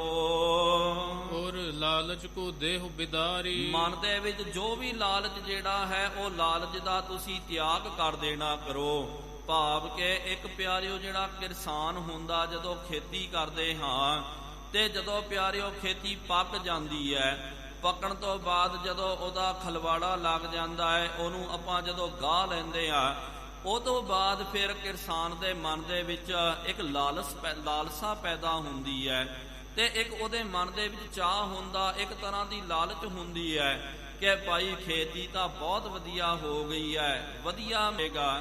ਜੇ ਹਾਲੇ ਰੇਟ ਘੱਟ ਹੈ ਮਾਰਕੀਟ ਦੇ ਵਿੱਚ, ਤੇ ਕਈ ਜ਼ਮੀਂਦਾਰਾਂ ਕਰਨ ਵਾਲੇ ਕੀ ਕਰਦੇ ਹਨ, ਉਹਨੂੰ ਰੱਖ ਲੈਂਦੇ, ਤੇ ਫਿਰ ਜਦੋਂ ਰੇਟ ਵਧੀਆ ਆ ਜਾਵੇ ਫਿਰ ਜਾ ਕਰਕੇ ਮਾਰਕੀਟ ਦੇ ਵਿੱਚ ਵੇਚਦੇ ਹਨ। ਇੱਕ ਤਰ੍ਹਾਂ ਦਾ ਪਿਆਰਿਓ ਇਹ ਲਾਲਚ ਹੁੰਦਾ। ਦੇਖੋ ਜੋ ਖੇਤੀ ਕਰਦੇ ਹਨ, ਉਂਝ ਤਾਂ ਕਿਹਾ ਗਿਆ ਕਿ ਭਾਈ ਉੱਤਮ ਖੇਤੀ ਮੱਧਮ ਦਾਮ, ਕਨਿਸ਼ਟ ਨੌਕਰੀ ਭੀਖ ਨਿਦਾਨ। ਸਭ ਤੋਂ ਵਧੀਆ ਕੰਮ ਜਿਹੜਾ ਖੇਤੀ ਦਾ ਕੰਮ ਹੈ। ਖੇਤੀ ਦਾ ਜਦੋਂ ਆਪਾਂ ਕੰਮ ਕਰਦੇ ਹਾਂ, ਕਿਸੇ ਦੀ ਕੋਈ ਕਾਨ ਕਨੌਟ ਨਹੀਂ ਰਹਿੰਦੀ ਹੈ, ਬਸ ਆਪਣੀ ਮਿਹਨਤ ਕਰੋ, ਰੱਬ ਦੇ ਆਸਰੇ ਰਹਿ ਕਰਕੇ, ਪ੍ਰਕਿਰਤੀ ਦੇ ਆਸਰੇ ਰਹਿ ਕਰਕੇ ਵਧੀਆ ਖੇਤੀ ਕਰੋ। ਜਿੰਨੀ ਤੁਸੀਂ ਮਿਹਨਤ ਕਰੋਗੇ ਉਨਾ ਤੁਹਾਨੂੰ ਫਲ ਪ੍ਰਾਪਤ ਹੋਵੇਗਾ। ਆਮ ਆਪਾਂ ਵੇਖਦੇ ਹਾਂ ਦੂਜੇ ਕਾਰਾਂ ਦੇ ਵਿੱਚ ਨੌਕਰੀ ਪੇਸ਼ਾ ਹੋ ਗਿਆ ਜਾਂ ਬਿਜ਼ਨਸ ਹੋ ਗਿਆ, ਇਹਦੇ ਵਿੱਚ ਦੂਜਿਆਂ ਦੇ ਉੱਤੇ ਬੜਾ ਨਿਰਭਰ ਰਹਿਣਾ ਪੈਂਦਾ। ਲੇਕਿਨ ਖੇਤੀ ਦੇ ਵਿੱਚ ਪਿਆਰਿਓ ਦੂਜਿਆਂ ਦੇ ਉੱਤੇ ਨਿਰਭਰਤਾ ਨਹੀਂ ਹੁੰਦੀ ਹੈ, ਆਪਾਂ ਆਪਣੇ ਮਾਲਕ ਹੁੰਦੇ ਆ। ਕੋਈ ਸਾਨੂੰ ਕਹਿਣ ਵਾਲਾ, ਕੋਈ ਸੁਣਾਉਣ ਵਾਲਾ ਨਹੀਂ ਹੁੰਦਾ। ਇਹ ਤਾਂ ਇੱਕ ਪਿਆਰਿਓ ਇਹਦਾ ਪਲੱਸ ਪੁਆਇੰਟ ਹੈ। ਤੇ ਦੂਜੀ ਗੱਲ, ਜਦੋਂ ਖੇਤੀ ਦਾ ਕੰਮ ਕਰਦੇ, ਜਦੋਂ ਤੱਕ ਪਿਆਰਿਓ ਜਿਹੜੇ ਕਿਰਸਾਨੀ ਕਰਦੇ ਉਹਨਾਂ ਨੂੰ ਪਤਾ ਹੋਵੇਗਾ ਤੇ ਖੇਤ ਵਧੀਆ ਹੁੰਦਾ, ਹਰਾ ਭਰਾ ਹੁੰਦਾ, ਤੇ ਖੇਤ ਪਿਆਰਿਓ ਜਦੋਂ ਖਲਵਾੜਾ ਹੋ ਜਾਵੇ ਤੇ ਜਾ ਕਰਕੇ ਜਦੋਂ ਤੱਕ ਵੇਚਿਆ ਨਹੀਂ ਜਾਂਦਾ, ਵੇਚ ਕਰਕੇ ਉਹਦਾ ਦਾਮ, ਉਹਦਾ ਮੁਨਾਫਾ ਜਦੋਂ ਤੱਕ ਕਿਸਾਨ ਦੇ ਬੋਝੇ ਦੇ ਵਿੱਚ, ਹੱਥ ਦੇ ਵਿੱਚ ਮਾਇਆ ਨਹੀਂ ਆਉਂਦੀ, ਉਦੋਂ ਤੱਕ ਕਿਸਾਨ ਨੂੰ ਕੋਈ ਭਰੋਸਾ ਨਹੀਂ ਹੁੰਦਾ। ਕਈ ਵਾਰੀ ਵੇਖੋ ਕੀ ਹੁੰਦਾ, ਖੇਤ ਇੱਕਦਮ ਪੱਕਿਆ ਹੋਇਆ ਹੋਵੇ, ਇੱਕਦਮ ਪਿਆਰਿਓ ਮੌਸਮ ਬਦਲ ਜਾਵੇ, ਮੌਸਮ ਤਬਦੀਲ ਹੋ ਜਾਵੇ, ਮੀਂਹ ਬਹੁਤ ਜ਼ਿਆਦਾ ਵੀ ਪੈ ਜਾਵੇ ਤੇ ਇੱਕੋ ਦਿਨ ਦੇ ਵਿੱਚ ਸਾਰਾ ਕੀਤਾ ਕਰਾਇਆ ਤਬਾਹ ਹੋ ਜਾਂਦਾ, ਨਸ਼ਟ ਹੋ ਜਾਂਦਾ। ਤੇ ਕਈ ਵਾਰੀ ਕੀ ਹੁੰਦਾ, ਜਦੋਂ ਖੇਤੀ ਪੱਕਦੀ ਹੈ, ਜ਼ਿਆਦਾ ਕਰਕੇ ਤਾਂ ਆਪ ਜੀ ਵੇਖਿਓ ਆਪਣੇ ਇਲਾਕੇ ਦੇ ਵਿੱਚ ਤਾਂ ਨਹੀਂ, ਲੇਕਿਨ ਪੰਜਾਬ ਆਦਿਕ ਇਲਾਕਿਆਂ ਦੇ ਵਿੱਚ ਜਦੋਂ ਵਾਢੀਆਂ ਦਾ ਸਮਾਂ ਹੁੰਦਾ ਨਾ, ਕਣਕ ਵੱਢਣ ਦਾ, ਤੇ ਉਸ ਵੇਲੇ ਅਪ੍ਰੈਲ ਦਾ ਇਹ ਮਹੀਨਾ ਹੁੰਦਾ ਤੇ ਜ਼ਿਆਦਾ ਕਰਕੇ ਅਪ੍ਰੈਲ ਦੇ ਮਹੀਨੇ ਦੇ ਵਿੱਚ ਪੰਜਾਬ ਦੇ ਵਿੱਚ ਗੜੇ ਬਹੁਤ ਜ਼ਿਆਦਾ ਪੈਂਦੇ ਹਨ। ਤੇ ਜੇ ਗੜੇ ਪੈ ਜਾਵੇ, ਸਾਰੀ ਖੇਤੀ ਜਿਹੜੀ ਆ ਪੱਕੀ ਪਕਾਈ ਕਿਸਾਨ ਵੇਖਦਾ ਕਿ ਭਾਈ ਅਨੁਮਾਨ ਲਾਉਂਦਾ, ਲਾਲਚ ਆ ਜਾਂਦੀ ਹੈ ਕਿ ਐਤਕੀ ਭਾਈ ਇੰਨਾ ਲੱਖ ਦੀ ਤਾਂ ਮੈਨੂੰ ਕਮਾਈ ਹੋਵੇਗੀ। ਲੇਕਿਨ ਅੱਧਾ ਘੰਟੇ ਵੀ ਗੜੇ ਪੈ ਜਾਣ ਤੇ ਸਾਰਾ ਖੇਤ ਪਿਆਰਿਓ ਇੱਕਦਮ ਤਬਾਹ ਹੋ ਜਾਂਦਾ। ਕਈ ਵਾਰੀ ਆਪ ਜੀ ਨੇ ਸੁਣਿਆ ਹੋਵੇਗਾ ਤੇ ਜਦੋਂ ਖੇਤੀ ਪੱਕ ਵੀ ਜਾਂਦੀ ਹੈ, ਕਈ ਵਾਰੀ ਬਿਜਲੀ ਗਿਰ ਜਾਵੇ ਜਾਂ ਕਿਸੇ ਤਰੀਕੇ ਦੇ ਨਾਲ ਅੱਗ ਲੱਗ ਜਾਵੇ ਤਾਂ ਪਿਆਰਿਓ ਕਈ ਹੈਕਟਰ ਜ਼ਮੀਨ ਜਿਹੜੀ ਹੈ ਸੜ ਜਾਂਦੀ ਹੈ। ਕਹਿਣ ਦਾ ਭਾਵ, ਜਦੋਂ ਤੱਕ ਕਿਰਸਾਨੀ ਕਰਨ ਵਾਲਾ, ਖੇਤੀ ਕਰਨ ਵਾਲਾ, ਉਹ ਮੁਨਾਫਾ ਉਹਦੇ ਜੇਬ ਵਿੱਚ ਨਾ ਆ ਜਾਵੇ, ਮਾਇਆ ਉਹਦੇ ਬੋਝੇ ਵਿੱਚ ਨਾ ਆ ਜਾਵੇ, ਘਰ ਵਿੱਚ ਨਾ ਆ ਜਾਵੇ, ਉਦੋਂ ਤੱਕ ਪਿਆਰਿਓ ਉਹਨੂੰ ਕੋਈ ਇਤਬਾਰ ਨਹੀਂ ਹੁੰਦਾ, ਕੋਈ ਭਰੋਸਾ ਨਹੀਂ ਹੁੰਦਾ। ਤੇ ਘੰਟਿਆਂ ਦੇ ਵਿੱਚ ਵੀ ਕੁਝ ਮੌਸਮ ਖਰਾਬ ਹੋ ਜਾਵੇ ਜਾਂ ਤੁਸੀਂ ਵਾਢੀ ਕਰਕੇ ਰੱਖ ਦਿਓ, ਕਈ ਵਾਰੀ ਉਹਨੂੰ ਕੀੜੇ ਲੱਗ ਜਾਂਦੇ ਹਨ, ਕੀੜਾ ਵੀ ਲੱਗ ਗਿਆ, ਸਾਰਾ ਜਿਹੜਾ ਕੀਤਾ ਕਰਾਇਆ ਵਿਅਰਥ ਹੋ ਜਾਂਦਾ। ਲਾਲਚ ਹੁੰਦੀ ਹੈ ਇੱਕ ਮਨ ਦੇ ਵਿੱਚ ਕਿ ਮਨਾ ਹੁਣ ਤਾਂ ਖੇਤੀ ਵਧੀਆ ਹੋ ਗਈ ਹੈ ਤੇ ਇੰਨੀ ਜ਼ਿਆਦੀ ਸਾਨੂੰ ਮਾਇਆ ਪ੍ਰਾਪਤ ਹੋਵੇਗੀ। ਸਤਿਗੁਰੂ ਮਹਾਰਾਜ ਜੀ ਨੇ ਬਚਨ ਕਰਨਾ ਕੀਤਾ ਕਿ ਜਾਓ ਭਾਈ, ਜਾ ਕਰਕੇ ਖੇਤੀ, ਪੱਕੀ ਹੋਈ ਖੇਤੀ ਨੂੰ ਅੱਗ ਲਾ ਦਿਓ, ਮਨ ਦੇ ਵਿੱਚ ਲਾਲਚ ਨਾ ਧਾਰਨ ਕਰਨਾ ਕਰੋ। ਲਾਲਚ ਪਿਆਰਿਓ ਕਿਉਂ ਨਾ ਆਵੇ, ਕਿਉਂ ਕੋਈ ਬੰਦਾ ਜਿਹੜਾ ਹੈ ਪੂਰਾ ਕੰਮ ਕਰਨਾ ਕਰੇ, ਸਭ ਮਿਹਨਤ ਹਰ ਪੱਖੋਂ ਉਹ ਹਰ ਕੰਮ ਕਰਨਾ ਕਰੇ, ਲੇਕਿਨ ਅਖੀਰ ਦੇ ਵਿੱਚ ਆਪ ਜੀ ਉਹਨੂੰ ਕਹਿ ਦਿਓ ਕਿ ਭਾਈ ਆ ਖੇਤੀ ਨੂੰ ਅੱਗ ਲਾ ਦੇ, ਤੈਨੂੰ ਕੁਛ ਪ੍ਰਾਪਤ ਨਹੀਂ ਹੋਵੇਗਾ, ਉਹ ਤਾਂ ਪਿਆਰਿਓ ਇੱਕਦਮ ਦੰਗ ਹੋ ਜਾਵੇਗਾ। ਤੇ ਮਹਾਰਾਜ ਖਾਲਸ ਆਪਣੇ ਸਿੱਖਾਂ ਦੀ ਪਰਖ ਕਰਨਾ ਚਾਹੁੰਦੇ ਸਨ ਕਿ ਇਹ ਹੁਕਮ ਮੰਨ ਕਰਕੇ ਚੱਲਦੇ ਕਿ ਨਹੀਂ ਚੱਲਦੇ। ਇਸ ਕਰਕੇ ਮਹਾਰਾਜ ਜੀ ਨੇ ਕਿਹਾ, ਹੁਣ ਸਿੱਖੋ ਲਾਲਚ ਦਾ ਤਿਆਗ ਕਰੋ, ਮਨ ਵਿੱਚ ਲਾਲਚ ਨੂੰ ਨਾ ਲੈ ਕੇ ਆਉਣਾ ਕਰੋ। ਜਿੰਨੀ ਆ ਪੱਕੀ ਹੋਈ ਖੇਤੀ ਜਿਹੜੀ ਹੈ ਇਹਦੇ ਅੰਬਾਰ ਲੱਗੇ, ਸਾਰਿਆਂ ਦੇ ਸਾਰਿਆਂ ਨੂੰ ਸਾੜ ਦਿਓ, ਫੂਕ ਦਿਓ। ਸੁਣ ਕੇ ਬਿਸਮਾਦੇ ਕਿ ਇਹ ਤਾਂ ਹੁਣ ਸਾਨੂੰ ਲੱਗਦਾ ਸੀ, ਸਿੱਖਾਂ ਦੇ ਮਨ ਵਿੱਚ ਆਇਆ ਕਿ ਸਾਨੂੰ ਤਾਂ ਲੱਗਦਾ ਇੰਨੀ ਵਧੀਆ ਅਸਾਂ ਨੇ ਖੇਤੀ ਕਰਨੀ ਕੀਤੀ ਹੈ, ਜਿੱਥੇ 5-10 ਕੁਇੰਟਲ ਖੇਤੀ ਹੁੰਦੀ ਹੈ, ਅਸੀਂ ਉੱਥੇ 20-25 ਕੁਇੰਟਲ ਜਿਹੜਾ ਹੈ ਉੱਥੇ ਅੰਨ ਦੀ ਪੈਦਾਵਾਰ ਕਰਨੀ ਕੀਤੀ। ਸਾਨੂੰ ਤਾਂ ਇੰਜ ਲੱਗਿਆ ਕਿ ਮਹਾਰਾਜ ਬਹੁਤ ਪ੍ਰਸੰਨ ਹੋ ਕਰਕੇ ਮਹਾਰਾਜ ਜੀ ਨੇ ਸਾਨੂੰ ਸਿਰੋਂ ਪਾਵ ਦੇਣਾ ਹੈ, ਸਾਨੂੰ ਸ਼ਾਬਾਸ਼ੀ ਦੇਣੀ ਹੈ। ਲੇਕਿਨ ਸ਼ਾਬਾਸ਼ੀ ਦੇਣਾ ਤਾਂ ਇੱਕ ਪਾਸੇ ਰਹਿ ਗਿਆ। ਮਹਾਰਾਜ ਜੀ ਕਹਿੰਦੇ ਖੇਤ ਜਿਹੜਾ ਪੱਕਿਆ ਹੋਇਆ ਉਹਨੂੰ ਸਾੜ ਦਿਓ, ਅੱਗ ਲਾ ਦਿਓ। ਅੰਨ ਰਾਸ ਕਿਉਂ ਸਰਬ ਫੁਖਾਈ, ਉਹ ਮਨ ਵਿੱਚ ਸੋਚਦੇ ਇਹ ਤਾਂ ਕੰਮ ਬੜਾ ਖਰਾਬ ਹੋ ਜਾਵੇਗਾ। ਇਹ ਤਾਂ ਪਿਆਰਿਓ ਇਸ ਤਰ੍ਹਾਂ ਦੀ ਗੱਲ ਹੈ ਕਿ ਕੋਈ ਬੱਚਾ ਜਿਹੜਾ ਹੈ, ਇੱਕ ਮਾਂ ਨੇ ਪਾਲ ਪੋਸ ਕਰਕੇ ਬੱਚੇ ਨੂੰ ਵੱਡਾ ਕਰਨਾ ਕੀਤਾ ਤੇ ਬੱਚੇ ਨੂੰ ਪੂਰਾ ਲਾਡ ਲਡਾਇਆ ਤੇ ਅਖੀਰ ਦੇ ਵਿੱਚ ਉਹਨੂੰ ਜ਼ਹਿਰ ਦੇ ਕਰਕੇ ਬੱਚੇ ਨੂੰ ਮਾਰ ਦਿੱਤਾ, ਖਤਮ ਕਰ ਦਿੱਤਾ। ਤੇ ਇਹ ਤਾਂ ਇਸ ਤਰ੍ਹਾਂ ਦੀ ਗੱਲ ਹੋ ਗਈ। ਸਿੱਖਾਂ ਦੇ ਮਨ ਦੇ ਵਿੱਚ ਇਹੀ ਆ ਰਿਹਾ, ਇਹ ਆਪਾਂ ਕਿਸ ਤਰ੍ਹਾਂ ਕਰ ਸਕਦੇ ਹਾਂ? ਹਾਂ, ਇੰਨੀ ਮਿਹਨਤ ਕਰਕੇ ਪੂਰੀ ਖੇਤੀ ਪੱਕ ਗਈ, ਆਪਾਂ ਦਾਣੇ ਵੱਖਰੇ ਕਰਕੇ ਤੇ ਖੇਤੀ ਦਾ ਜਿਹੜਾ ਮਾਇਆ ਲੈ ਕਰਕੇ ਉਹਨੂੰ ਫਿਰ ਸਾੜ ਦਿਓ, ਕੋਈ ਗੱਲ ਨਹੀਂ ਹੈ। ਲੇਕਿਨ ਮਹਾਰਾਜ ਕਹਿੰਦੇ ਕਿ ਇਹਦੇ ਅੰਨ ਦਾਣੇ ਜਿਹੜੇ ਉਹਨੂੰ ਵੀ ਸਾੜ ਦਿਓ, ਇਹ ਕਿਸ ਤਰ੍ਹਾਂ ਹੋ ਸਕਦਾ? ਬੜੇ ਜ਼ੋਰ ਸੋ ਕੀਨ ਕਮਾਈ। ਉਹ ਮਨ ਵਿੱਚ ਸੋਚਦੇ ਕਿ ਇੰਨੀ ਜ਼ੋਰ ਦੇ ਨਾਲ, ਮਿਹਨਤ ਦੇ ਨਾਲ ਆਪਾਂ ਨੇ ਕਮਾਈ ਕਰਨੀ ਕੀਤੀ ਹੈ। ਕਿਉਂਕਿ ਪਿਆਰਿਓ, ਕੋਈ ਵੀ ਖਿੱਤੇ ਦੇ ਵਿੱਚ ਜਦੋਂ ਆਪਾਂ ਮਿਹਨਤ ਕਰਦੇ ਆ, ਜਦੋਂ ਕਮਾਈ ਕਰਦੇ ਆ, ਉਹ ਕਮਾਈ ਦੇ ਮੁਤਾਬਕ ਜਦੋਂ ਸਾਨੂੰ ਫਲ ਦੀ ਪ੍ਰਾਪਤੀ ਨਾ ਹੋਵੇ ਤੇ ਮਨ ਦੇ ਵਿੱਚ ਕਈ ਵਾਰੀ ਬਹੁਤ ਜ਼ਿਆਦਾ ਨਮੂਸ਼ੀ ਆ ਜਾਂਦੀ ਹੈ। ਮਨ ਬੜਾ ਉਦਾਸ ਹੋ ਜਾਂਦਾ ਕਿ ਭਾਈ ਅਸਾਂ ਨੇ ਤਾਂ ਕੋਈ ਕਸਰ ਨਹੀਂ ਸ਼ਰਣੀ ਕੀਤੀ, ਲੇਕਿਨ ਸਾਨੂੰ ਤਾਂ ਕੋਈ ਫਲ ਦੀ ਪ੍ਰਾਪਤੀ ਨਹੀਂ ਹੋ ਰਹੀ ਹੈ। ਪ੍ਰਤਿਪਾਰੀ ਬਹੁ ਸੰਕਟ ਪਾਈ। ਮਨ ਦੇ ਵਿੱਚ ਇਹ ਵਿਚਾਰ ਆਉਂਦਾ ਸਿੱਖਾਂ ਦੇ ਕਿ ਖੇਤਾਂ ਦੀ ਅਸਾਂ ਨੇ ਪ੍ਰਤਪਾਲਨਾ ਕਰਨੀ ਕੀਤੀ ਹੈ, ਆ ਖੇਤੀ ਦੇ ਵਾਸਤੇ ਕਿੰਨੇ ਸੰਕਟ ਅਸਾਂ ਨੇ ਪ੍ਰਾਪਤ ਕਰਨੇ ਕੀਤੇ। ਇੱਕ ਡੰਗ ਦਾ ਪ੍ਰਸ਼ਾਦਾ ਛਕਿਆ, 2 ਦਿਨਾਂ ਤੋਂ ਬਾਅਦ ਇੱਕ ਦਿਨ ਪ੍ਰਸ਼ਾਦਾ ਛਕਿਆ। ਇੰਨਾ ਸਭ ਕੁਝ ਕਰਨ ਦੇ ਬਾਵਜੂਦ ਵੀ ਖੇਤੀ ਦਾ ਕੰਮ, ਇਹ ਕਿਰਤ ਦਾ ਤਿਆਗ ਨਹੀਂ ਕੀਤਾ। ਅੱਜ ਖੇਤੀ ਪੱਕ ਗਈ ਤਾਂ ਮਹਾਰਾਜ ਕਹਿੰਦੇ ਇਹਨੂੰ ਫੂਕ ਦਿਓ, ਅੱਗ ਲਾ ਦਿਓ।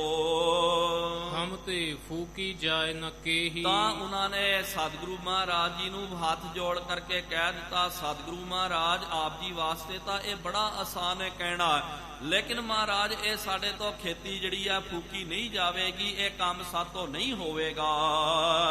ਹਟਕ ਰਹੇ ਕੇਤਿਕ ਕਹਿ ਇਹੀ। ਕਈਆਂ ਨੇ ਪਿਆਰਿਓ ਇਹ ਬਚਨ ਕਹਿ ਕਰਕੇ ਉਹ ਹਟਕ ਕਰਕੇ ਰਹਿ ਗਏ, ਉਹ ਪਿੱਛੇ ਹੋ ਕਰਕੇ ਰਹਿ ਗਏ। ਉਹਨਾਂ ਨੇ ਕਿਹਾ, ਸਤਿਗੁਰੂ ਮਹਾਰਾਜ ਇਹ ਤਾਂ ਇੰਜ ਗੱਲ ਹੋਈ ਹੈ ਕਿ ਕੋਈ ਬੰਦਾ ਸਾਰੀ ਮਿਹਨਤ ਕਰਨਾ ਕਰੇ, ਸਾਰੀ ਮਿਹਨਤ ਕਰਕੇ ਅਖੀਰ ਨੂੰ ਉਹ ਮਿਹਨਤ ਦੇ ਉੱਤੇ ਪਾਣੀ ਫੇਰ ਦਵੇ ਆਪਣੇ ਹੱਥੋਂ। ਹਾਂ, ਕੋਈ ਦੂਜਾ ਆ ਕਰਕੇ ਮਿਹਨਤ ਦੇ ਉੱਤੇ ਪਾਣੀ ਫੇਰ ਦਵੇ ਤਾਂ ਆਪਾਂ ਮੰਨ ਸਕਦੇ ਹਾਂ। ਕਈ ਵਾਰੀ ਕੀ ਹੁੰਦਾ, ਖੇਤੀ ਦਾ ਕੰਮ ਕਰਦੇ ਆ, ਕਈ ਜਲਸੀ ਵਸ ਕੀ ਕਰਦੇ, ਦੂਜਿਆਂ ਦੀ ਖੇਤ ਨੂੰ ਅੱਗ ਲਾ ਦਿੰਦੇ, ਤਾਂ ਆਪਾਂ ਮੰਨ ਸਕਦੇ ਆ ਕਿ ਚਲੋ ਮੇਰੀ ਤਾਂ ਗਲਤੀ ਨਹੀਂ ਹੈ, ਅਗਲੇ ਬੰਦੇ ਨੇ ਪਾਪ ਕਰਨਾ ਕੀਤਾ। ਲੇਕਿਨ ਖੇਤੀ ਹੁਣ ਪੂਰੀ ਪੱਕ ਗਈ ਤੇ ਆਪ ਜੀ ਕਹਿੰਦੇ ਆਪਣੇ ਹੱਥਾਂ ਦੇ ਨਾਲ ਹੀ ਇਹਨੂੰ ਸਾੜ ਦਿਓ, ਇਹ ਮਹਾਰਾਜ ਸਾਡੇ ਤੋਂ ਨਹੀਂ ਹੋ ਸਕਦਾ ਹੈ। ਕੇਤਿਕ ਵਿਚਾਰਿਓ ਹਿਰਦੇ ਮਝਾਰਾ। ਇਸ ਤਰ੍ਹਾਂ ਕਈ ਜਿਹੜੇ ਸਿੱਖਾਂ ਨੇ ਇਨਕਾਰ ਕਰ ਦਿੱਤਾ, ਮਹਾਰਾਜ ਅਸੀਂ ਸਾੜ ਨਹੀਂ ਸਕਦੇ। ਹੁਣ ਕਈ ਜਿਹੜੇ ਗੁਰਮੁਖ ਜੀਵ ਜਿਹੜੇ ਸਨ, ਗੁਰਮੁਖ ਪਿਆਰੇ ਸਨ, ਉਹਨਾਂ ਨੇ ਮਨ ਵਿੱਚ ਵਿਚਾਰ ਕੀਤੀ, ਹਮ ਤੋ ਸ੍ਰੀ ਗੁਰ ਬਚ ਅਨੁਸਾਰ। ਉਹਨਾਂ ਨੇ ਮਨ ਨੂੰ ਸੰਬੋਧਨ ਕਰਨਾ ਕੀਤਾ ਕਿ ਮਨਾ ਕਿ ਅਸਾਂ ਨੂੰ ਖੇਤੀ ਦੇ ਨਾਲ ਕੀ ਲੈਣਾ ਦੇਣਾ ਹੈ। ਕਿਉਂਕਿ ਜੇ ਖੇਤੀ ਕਰਨੀ ਹੋਵੇ ਤਾਂ ਅਸੀਂ ਆਪਣੇ ਘਰਾਂ ਦੇ ਵਿੱਚ ਖੇਤੀ ਕਰ ਲੈਂਦੇ, ਲੇਕਿਨ ਅਸੀਂ ਗੁਰੂ ਘਰ ਦੇ ਵਿੱਚ ਮਹਾਰਾਜ ਜੀ ਦੇ ਅਨੁਸਾਰੀ ਬਣ ਕਰਕੇ ਸਤਿਗੁਰੂ ਮਹਾਰਾਜ ਜੀ ਦੀ ਆਗਿਆ ਮੁਤਾਬਕ ਸਾਡਾ ਜੀਵਨ ਜੀਣਾ, ਇਹੀ ਅਸਾਂ ਨੇ ਨਿਸ਼ਚਾ ਕੀਤਾ। ਹਾਨ ਲਾਭ ਚਾਹੀਏ ਨਹਿ ਦੇਖਾ। ਸਾਨੂੰ ਫਿਰ ਸਾਡੀ ਹਾਨੀ ਹੋ ਰਹੀ ਹੈ, ਸਾਡਾ ਲਾਭ ਹੋ ਰਿਹਾ, ਇਹਦੇ ਵੱਲ ਫਿਰ ਸਾਨੂੰ ਵੇਖਣਾ ਨਹੀਂ ਚਾਹੀਦਾ ਹੈ। ਹਾਂ, ਆਪਣੀ ਖੁਦ ਦੀ ਖੇਤੀ ਹੋਵੇ, ਆਪਣਾ ਖੁਦ ਦਾ ਦਿਆ, ਲੇਕਿਨ ਅਸੀਂ ਖੇਤੀ ਕਰਨ ਵਾਸਤੇ ਥੋੜੀ ਆਏ ਗੁਰੂ ਘਰ ਦੇ ਵਿੱਚ। ਹਾਂ, ਖੇਤੀ ਤਾਂ ਕਰ ਰਹੇ ਹਾਂ, ਕਿਉਂਕਿ ਸਤਿਗੁਰੂ ਮਹਾਰਾਜ ਜੀ ਨੇ ਸਾਨੂੰ ਇਸ ਕਾਰ ਦੇ ਵੱਲ ਲਾਇਆ। ਜੇ ਮਹਾਰਾਜ ਜੀ ਸਾਨੂੰ ਦੂਜੀ ਕਾਰ ਵੱਲ ਲਾ ਦਿੰਦੇ ਤੇ ਅਸੀਂ ਦੂਜੀ ਕਾਰ ਦੇ ਵੱਲ ਲੱਗ ਜਾਣਾ ਸੀ। ਹੁਣ ਤਾਂ ਸਾਡਾ ਕੀ ਲੈਣਾ ਦੇਣਾ, ਹੁਣ ਇਹ ਤਾਂ ਜ਼ਿੰਮਾ ਮਾਲਕਾਂ ਦਾ ਹੈ ਤੇ ਸਾਨੂੰ ਕੀ ਫਰਕ ਪੈਂਦਾ ਕਿ ਇਹਦੇ ਵਿੱਚੋਂ ਹਾਨੀ ਹੋ ਜਾਵੇ, ਇਹਦੇ ਵਿੱਚੋਂ ਲਾਭ ਪ੍ਰਾਪਤ ਹੋ ਜਾਵੇ। ਅਸੀਂ ਤਾਂ ਸਤਿਗੁਰੂ ਮਹਾਰਾਜ ਜੀ ਦਾ ਹੁਕਮ ਮੰਨਣਾ ਹੈ। ਆਇਸ ਮਨ ਹੈ ਇਹੀ ਵਿਸ਼ੇਖਾ। ਮਨ ਵਿੱਚ ਸੋਚਦੇ ਕਿ ਗੁਰੂ ਘਰ ਦੇ ਵਿੱਚ ਰਹਿ ਕਰਕੇ ਸਤਿਗੁਰੂ ਮਹਾਰਾਜ ਜੀ ਦੀ ਆਗਿਆ ਨੂੰ ਮੰਨ ਕਰਕੇ ਚੱਲਣਾ, ਇਹੀ ਸਾਡੇ ਵਾਸਤੇ ਵਿਸ਼ੇਸ਼ਤਾਈ ਹੈ, ਇਹੀ ਸਿੱਖ ਦਾ ਫਰਜ਼ ਬਣਦਾ। ਲੈ ਪਾਵਕ ਤਿਨ ਤੁਰਤ ਲਗਾਈ। ਫਿਰ ਉਹਨਾਂ ਨੇ ਪਿਆਰਿਓ ਵਿਚਾਰ ਨਹੀਂ ਕਰਨੀ ਕੀਤੀ। ਉਹਨਾਂ ਨੇ ਕਿਹਾ ਕਿ ਭਾਈ ਹਾਨ ਤੇ ਲਾਭ ਸਾਡਾ ਥੋੜੀ ਹੈ, ਅਸੀਂ ਤਾਂ ਹੁਕਮੀ ਬੰਦੇ ਆ, ਮਹਾਰਾਜ ਜੀ ਦਾ ਹੁਕਮ। ਮਹਾਰਾਜ ਜੀ ਨੇ ਕਿਹਾ ਸਿੱਖੋ ਖੇਤੀ ਕਰੋ, ਅਸੀਂ ਖੇਤੀ ਦੇ ਵਿੱਚ ਲੱਗ ਗਏ। ਮਹਾਰਾਜ ਜੀ ਨੇ ਕਿਹਾ ਸਿੱਖੋ ਇੱਕ ਡੰਗ ਦਾ ਪ੍ਰਸ਼ਾਦਾ ਛਕਣਾ ਹੈ, ਅਸੀਂ ਇੱਕ ਡੰਗ ਦਾ ਪ੍ਰਸ਼ਾਦਾ ਛਕਿਆ। ਹੁਣ ਮਹਾਰਾਜ ਜੀ ਨੇ ਕਹਿ ਦਿੱਤਾ ਸਿੱਖੋ ਆ ਖੇਤੀ ਪੱਕ ਗਈ ਹੈ, ਇਹਨੂੰ ਅੱਗ ਲਾ ਦਿਓ। ਤੇ ਫਿਰ ਅਸੀਂ ਕਿਉਂ ਵਿਚਾਰਦੇ ਆ। ਉਹਨਾਂ ਨੇ ਫਿਰ ਕਿਹਾ ਸਦ ਬਚਨ ਕਹਿ ਕਰਕੇ ਅੱਗ ਲਾਉਣ ਵਾਸਤੇ ਤਿਆਰ ਹੋ ਗਏ। ਸੂਕੀ ਹੁਤੀ ਭਈ ਜਰ ਛਾਈ, ਸਾਰੀ ਖੇਤੀ ਪਿਆਰਿਓ ਐਨ ਸੁੱਕੀ ਹੋਈ ਸੀ ਤੇ ਮਹਾਰਾਜ ਜੀ ਦਾ ਹੁਕਮ ਮੰਨ ਕਰਕੇ ਉਹਨਾਂ ਨੇ ਫਿਰ ਕੋਈ ਵਿਚਾਰ ਨਹੀਂ ਕੀਤਾ। ਮਹਾਰਾਜ ਜੀ ਦੇ ਹੁਕਮ ਨੂੰ ਪ੍ਰਧਾਨਤਾ ਦੇ ਕਰਕੇ ਉਹਨਾਂ ਨੇ ਪੱਕੀ ਹੋਈ ਖੇਤੀ ਨੂੰ, ਫਸਲ ਨੂੰ ਅੱਗ ਲਾ ਦਿੱਤੀ। ਇਸ ਬਿਦ ਪਿਖ ਕੈ ਸਭ ਬਿਸਮਾਨੇ, ਥੋੜੇ ਕੋ ਸਮੇਂ ਦੇ ਵਿੱਚ ਹੀ ਪਿਆਰਿਓ ਇੰਨੀ ਜੋ ਮਿਹਨਤ ਕਰਨੀ ਕੀਤੀ, 1 ਸਾਲ ਦੀ ਜੋ ਮਿਹਨਤ ਚੰਦ ਮਿੰਟਾਂ ਦੇ ਵਿੱਚ ਉਹ ਸਵਾਹ ਹੋ ਗਈ। ਇਹ ਵੇਖ ਕਰਕੇ ਬਾਕੀ ਦੇ ਜਿਹੜੇ ਲੋਕ ਹਨ, ਨਗਰ ਨਿਵਾਸੀ, ਉਹ ਵੇਖ ਕਰਕੇ ਬੜੇ ਹੈਰਾਨ ਹੋ ਗਏ। ਗੁਰ ਕੀ ਗਤ ਕਛ ਜਾਏ ਨਾ ਜਾਣੇ, ਉਹ ਮਨ ਵਿੱਚ ਸੋਚਦੇ ਕਿ ਭਾਈ ਸਤਿਗੁਰੂ ਮਹਾਰਾਜ ਜੀ ਦੀ ਤਾਂ ਗਤ ਜਿਹੜੀ ਹੈ ਆਪਾਂ ਲੱਖ ਨਹੀਂ ਸਕਦੇ ਆ। ਇਹ ਮਹਾਰਾਜ ਜੀ ਦੇ ਅਚਰਜ ਕੌਤਕ ਹਨ। ਕਦੇ ਮਹਾਰਾਜ ਕਹਿੰਦੇ ਸਿੱਖੋ ਖੇਤੀ ਦਾ ਕੰਮ ਕਰਨਾ ਕਰੋ, ਇਹ ਤੁਹਾਡੇ ਨਾਲ ਜਾਵੇਗਾ। ਫਿਰ ਜਦੋਂ ਖੇਤੀ ਦਾ ਕੰਮ ਸਿੱਖਾਂ ਨੇ ਕਰਨਾ ਕੀਤਾ ਤੇ ਅਖੀਰ ਨੂੰ ਮਹਾਰਾਜ ਕਹਿ ਦਿੰਦੇ ਖੇਤਾਂ ਨੂੰ ਅੱਗ ਲਾ ਦਿਓ, ਸਾੜ ਕੇ ਸਵਾਹ ਕਰ ਦਿਓ। ਤੇ ਉਹ ਕਹਿੰਦੇ ਕਿ ਮਹਾਰਾਜ ਜੀ ਦੀ ਗਤ ਆਪਾਂ ਨਹੀਂ ਲੱਗ ਸਕਦੇ ਹਾਂ। ਪਦ ਪੰਕਜ ਕੋ ਬੰਧਨ ਕਰਹੀ, ਉਹਨਾਂ ਨੇ ਫਿਰ ਸ਼ਰਧਾ ਭਾਵਨਾ ਦੇ ਨਾਲ ਕਿ ਹਰ ਕੀ ਗਤ ਨਹਿ ਕੋ ਜਾਣੈ, ਜੋਗੀ ਜਤੀ ਇਹ ਸਾਰੇ ਪੱਚ ਕਰਕੇ ਹਾਰ ਗਏ। ਅਰ ਬਹੁ ਲੋਕ ਸਿਆਣੇ, ਵੱਡੇ ਵੱਡੇ ਸਿਆਣੇ ਲੋਕ ਇਹ ਪਲਚ ਕਰਕੇ ਰਹਿ ਗਏ। ਲੇਕਿਨ ਸਤਿਗੁਰੂ ਮਹਾਰਾਜ ਜੀ ਦੀ ਗਤ ਕੋਈ ਨਹੀਂ ਜਾਣ ਸਕਦਾ, ਕਿਉਂਕਿ ਬਾਬੋਂ ਕੀ ਗਤ ਬਾਬੋ ਜਾਣੈ। ਸਤਿਗੁਰੂ ਮਹਾਰਾਜ ਜੀ ਦੀ ਗਤ ਤਾਂ ਸਤਿਗੁਰੂ ਮਹਾਰਾਜ ਹੀ ਜਾਣਦੇ ਹਨ। ਇਸ ਕਰਕੇ ਸ਼ਰਧਾ ਭਾਵਨਾ ਦੇ ਨਾਲ ਮਹਾਰਾਜ ਜੀ ਦੇ ਚਰਨਾਂ ਦੇ ਵਿੱਚ ਢਹਿਰੀ ਹੋ ਗਏ। ਮੁਖ ਤੇ ਜੈ ਜੈ ਸ਼ਬਦ ਉਚਰਹੀ, ਆਪਣੇ ਮੁਖਾਰ ਬਿੰਦ ਤੋਂ ਸਿੱਖਾਂ ਨੇ ਫਿਰ ਮਹਾਰਾਜ ਜੀ ਦਾ ਜੈ ਜੈਕਾਰਾ ਕਰਨਾ ਕੀਤਾ। ਗੁਰੂ ਨਾਨਕ ਦੇਵ ਜੀ ਮਹਾਰਾਜ ਆਪ ਜੀ ਦਾ ਜੈ ਜੈਕਾਰ ਹੋਵੇ, ਆਪ ਜੀ ਦਾ ਜੈ ਜੈਕਾਰ ਹੋਵੇ। ਚਲ ਆਏ ਪੁਨਪੁਰ ਕਰਤਾਰਾ, ਇਸ ਤਰ੍ਹਾਂ ਖੇਤਾਂ ਨੂੰ ਸਾੜ ਕਰਕੇ ਮਹਾਰਾਜ ਜੀ ਦਾ ਹੁਕਮ। ਇਹਦਾ ਮਤਲਬ ਇਹ ਜੋ ਮਹਾਰਾਜ ਜੀ ਨੇ ਸਿੱਖਿਆ ਦਿੱਤੀ ਹੈ ਕਿ ਗੁਰ ਕੇ ਗ੍ਰਹਿ ਸੇਵਕ ਜੋ ਰਹੈ, ਗੁਰ ਕੀ ਆਗਿਆ ਮਨ ਮਹਿ ਸਹੈ। ਆਪਸ ਕੋ ਕਰ ਕਛ ਨਾ ਜਨਾਵੈ, ਹਰ ਹਰ ਨਾਮ ਹਿਰਦੈ ਸਦ ਧਿਆਵੈ। ਮਨ ਵੇਚੈ ਸਤਿਗੁਰ ਕੈ ਪਾਸ, ਤਿਸ ਸੇਵਕ ਕੇ ਕਾਰਜ ਰਾਸ। ਸੇਵਾ ਕਰਤ ਹੋਏ ਨਹਿ ਕਾਮੀ, ਤਿਸ ਕਾ ਹੋਤ ਪ੍ਰਾਪਤ ਸੁਆਮੀ। ਆਪਣੀ ਕਿਰਪਾ ਜਿਸ ਆਪ ਕਰੇ, ਨਾਨਕ ਸੋ ਸੇਵਕ ਗੁਰ ਕੀ ਮਤ ਲੈ। ਸਤਿਗੁਰੂ ਮਹਾਰਾਜ ਪੰਚਮ ਪਾਤਸ਼ਾਹ ਸ੍ਰੀ ਗੁਰੂ ਅਰਜਨ ਦੇਵ ਜੀ ਮਹਾਰਾਜ ਜੀ ਨੇ ਪਾਵਨ ਬਾਣੀ ਸੁਖਮਨੀ ਸਾਹਿਬ ਜੀ ਦੇ ਵਿੱਚ ਜੋ ਸਿੱਖਾਂ ਦੇ ਬਾਬਤ ਕਿਹਾ ਕਿ ਜਿਹੜਾ ਸਿੱਖ ਗੁਰੂ ਘਰ ਦੇ ਵਿੱਚ ਰਹਿ ਕਰਕੇ ਸੇਵਾ ਕਰਦਾ ਨਾ, ਇਹਦਾ ਪੂਰੀ ਪਿਆਰਿਓ ਵਿਆਖਿਆ, ਇਹਦਾ ਡੈਫੀਨੇਸ਼ਨ ਮਹਾਰਾਜ ਜੀ ਨੇ ਸੁਖਮਨੀ ਸਾਹਿਬ ਜੀ ਦੇ ਵਿੱਚ ਦਿੱਤਾ। ਮਹਾਰਾਜ ਜੀ ਕਹਿੰਦੇ ਗੁਰ ਕੇ ਗ੍ਰਹਿ ਸੇਵਕ ਜੋ ਰਹੈ, ਗੁਰ ਕੀ ਆਗਿਆ ਮਨ ਮੈਂ ਸਹੈ। ਕਿ ਜਿਹੜਾ ਵੀ ਸਿੱਖ ਗੁਰੂ ਘਰ ਦੇ ਵਿੱਚ ਰਹਿ ਕਰਕੇ ਸੇਵਾ ਕਰਦਾ, ਗੁਰੂ ਮਹਾਰਾਜ ਜੀ ਦੀ ਆਗਿਆ ਨੂੰ ਮਨ ਵਿੱਚ ਜਿਹੜਾ ਹੈ ਧਾਰਨ ਕਰਨਾ ਚਾਹੀਦਾ। ਆਪਸ ਕਉ ਕਰ ਕਛ ਨਾ ਜਨਾਵੈ, ਹਰ ਹਰ ਨਾਮ ਹਿਰਦੈ ਸਤਿ ਧਿਆਵੈ। ਆਪਣੇ ਆਪੇ ਦਾ ਕਦੇ ਜਨਾਉਣਾ ਨਹੀਂ ਹੈ। ਇਹ ਨਹੀਂ ਕਹਿਣਾ ਨਹੀਂ ਮਹਾਰਾਜ ਇਹ ਨਹੀਂ ਕਰਨਾ ਜੀ, ਉਹ ਨਹੀਂ ਕਰਨਾ, ਜਾਂ ਇੰਜ ਨਾ ਕਰਨਾ ਕਰੋ। ਮੈਂ ਤੁਹਾਨੂੰ ਦੱਸਦਾ ਸਦਾ ਨਾਮ ਜਪਣਾ ਚਾਹੀਦਾ। ਹਰ ਹਰ ਨਾਮ ਹਿਰਦੈ ਸਤਿ ਧਿਆਵੈ। ਮਨ ਪੀਚੈ ਸਤਿਗੁਰ ਕੈ ਪਾਸ, ਤਿਸ ਸੇਵਕ ਕੇ ਕਾਰਜ ਰਾਸ। ਜਿਹੜਾ ਆਪਣਾ ਮਨ ਜਿਹੜਾ ਗੁਰੂ ਮਹਾਰਾਜ ਜੀ ਦੇ ਪ੍ਰਤੀ ਵੇਚ ਦਿੰਦੇ ਹਨ, ਉਹੀ ਸੇਵਕਾਂ ਦੇ ਕਾਰਜ ਜਿਹੜੇ ਰਾਸ ਹੋ ਜਾਂਦੇ। ਤੇ ਉਸ ਵਿਆਖਿਆ ਮੁਤਾਬਕ, ਗੁਰਬਾਣੀ ਮੁਤਾਬਕ ਗੁਰੂ ਕੇ ਸਿੱਖਾਂ ਨੇ ਗੁਰੂ ਘਰ ਦੇ ਵਿੱਚ ਰਹਿ ਕਰਕੇ ਇਹ ਕਾਰ ਕਰਨੀ ਕੀਤੀ, ਸੇਵਾ ਕਰਨੀ ਕੀਤੀ। ਜਹ ਤਹ ਹੋਵਹਿ ਸ਼ਬਦ ਵਿਚਾਰਾ। ਹੁਣ ਇਹ ਤੋਂ ਬਾਅਦ ਮਹਾਰਾਜ ਜੀ ਨੇ ਸਿੱਖਾਂ ਨੂੰ ਕਹਿ ਦਿੱਤਾ ਕਿ ਹੁਣ ਖੇਤੀ ਦੇ ਵੱਲ ਨਾ ਜਾਓ। ਹੁਣ ਜਿੰਨਾ ਲੋੜ ਪੈਂਦੀ ਗੁਰੂ ਘਰ ਦੇ ਵਿੱਚ ਰਹਿ ਕਰਕੇ ਕੋਈ ਸ਼ਬਦ ਦਾ ਅਭਿਆਸ ਕਰਦਾ, ਕੋਈ ਸ਼ਬਦ ਦੀ ਵਿਚਾਰ ਕਰਦਾ। ਕੀਤਿਕ ਕਾਲ ਜਬ ਬਿਤਿਓ ਬਹੋਰੀ। ਇਸ ਤਰ੍ਹਾਂ ਪਿਆਰਿਓ ਕੁਛ ਕੋ ਸਮਾਂ ਜਦੋਂ ਇੰਜ ਮਹਾਰਾਜ ਜੀ ਨੇ ਬਤੀਤ ਕਰਨਾ ਕੀਤਾ, ਕੀਨ ਆਰੰਭਨ ਸਾਂਗ ਸੋ ਔਰੇ। ਹੁਣ ਮਹਾਰਾਜ ਜੀ ਨੇ ਔਰ ਇੱਕ ਨਵਾਂ ਸਵਾਂਗ ਜਿਹੜਾ ਹੈ ਰਚਨਾ ਕੀਤਾ। ਫਿਰ ਸਤਿਗੁਰੂ ਮਹਾਰਾਜ ਜੀ ਨੇ ਸਿੱਖਾਂ ਦੇ ਪ੍ਰਤੀ ਇੱਕ ਪਰਚਾ ਜਿਹੜਾ ਪਾ ਦਿੱਤਾ। ਫਿਰ ਤੋਂ ਮਹਾਰਾਜ ਜੀ ਨੇ ਸਿੱਖਾਂ ਦੀ ਪ੍ਰੀਖਿਆ ਲੈਣੀ ਕੀਤੀ ਹੈ। ਇੱਕ ਦਿਨ ਸ਼ੁਰਾ ਬਾਂਧ ਕਟ ਸੰਗਾ। ਇੱਕ ਦਿਨ ਸਤਿਗੁਰੂ ਮਹਾਰਾਜ ਜੀ ਨੇ ਧਾਨਖਾਂ ਦਾ ਰੂਪ ਜਿਹੜਾ ਹੈ ਉਹ ਧਾਰਨ ਕਰਨਾ ਕੀਤਾ। ਤੇ ਪਿਆਰਿਓ ਇਹ ਧਾਨਖ ਦੀ ਜਿਹੜੀ ਇੱਕ ਜਾਤੀ ਹੁੰਦੀ ਹੈ, ਜ਼ਿਆਦਾ ਕਰਕੇ ਇਹ ਧਾਨਖ ਇਸ ਕਰਕੇ ਇਹਨਾਂ ਨੂੰ ਕਿਹਾ ਜਾਂਦਾ, ਇਹ ਧਨੁਰਧਾਰੀ ਹੁੰਦੇ ਹਨ, ਧਨੁਖ ਆਦਿਕ ਨਾਲ ਰੱਖਦੇ ਤੇ ਸ਼ਿਕਾਰ ਦਾ ਇਹਨਾਂ ਦਾ ਕੰਮ ਹੁੰਦਾ। ਬੜੇ ਪਿਆਰਿਓ ਇਹ ਭੈੜੇ ਹੁੰਦੇ ਹਨ। ਅੱਜ ਤਾਂ ਜ਼ਿਆਦਾ ਨਹੀਂ, ਲੇਕਿਨ ਬਹੁਤ ਸਾਰੇ ਜੋ ਦਿਹਾਤ ਦੇ ਵਿੱਚ ਜਿਨ੍ਹਾਂ ਨੂੰ ਆਦੀਵਾਸੀ ਲੋਕ ਆਪਾਂ ਬੋਲਦੇ ਆ, ਬੜੇ ਦੇਖੋ ਮੈਲੇ ਕੁਚੇਲੇ ਜੇ ਰਹਿਣਾ, ਉਹਨਾਂ ਦੇ ਕੋਲ ਸਦਾ ਸ਼ਿਕਾਰੀ ਕੁੱਤੇ ਰਹਿੰਦੇ ਹਨ ਤੇ ਸਦਾ ਉਹ ਤੀਰ ਕਮਾਨ ਰੱਖ ਕਰਕੇ ਇੱਕ ਛੁਰਾ ਨਾਲ ਰੱਖਦੇ ਹਨ। ਕੋਈ ਵੀ ਸ਼ਿਕਾਰ ਮਿਲ ਜਾਵੇ ਉਹਨੂੰ ਮਾਰ ਕਰਕੇ ਖਾ ਜਾਣਾ ਤੇ ਨਾਲ ਤੇੜ ਇੱਕ ਪਿਆਰੇ ਲੰਗੋਟਾ ਹੀ ਇਹ ਬੰਨ ਕਰਕੇ ਰੱਖਦੇ। ਬਾਕੀ ਪੂਰਾ ਸਰੀਰ ਜਿਹੜਾ ਇਹਨਾਂ ਦਾ ਨਗਨ ਹੁੰਦਾ ਹੈ ਤੇ ਨਾਲ ਆਪਣੇ ਕੁੱਤੇ ਆਦਿਕ, ਸ਼ਿਕਾਰੀ ਕੁੱਤੇ ਆਦਿਕ ਇਹ ਰੱਖਿਆ ਕਰਦੇ। ਕਹਿਣ ਦਾ ਭਾਵ ਕਿ ਸ਼ਿਕਾਰ ਕਰਕੇ ਆਪਣੇ ਜੀਵਨ ਦਾ ਨਿਰਵਾਹ ਕਰਨਾ, ਖਾਨਾ ਬਦੋਸ਼ ਜ਼ਿੰਦਗੀ ਜਿਹਨੂੰ ਬੋਲਦੇ ਆ, ਜਰਾਇਮ ਪੇਸ਼ਾ ਜਿਹਨੂੰ ਜ਼ਿੰਦਗੀ ਬੋਲਦੇ, ਇਹ ਜਰਾਇਮ ਪੇਸ਼ੇ ਦੇ ਵਿੱਚ ਇਹ ਧਾਨਖ ਲੋਕ ਇਹ ਆਪਣੇ ਜ਼ਿੰਦਗੀ ਦਾ ਗੁਜ਼ਰ ਬਸਰ ਕਰਦੇ ਹਨ।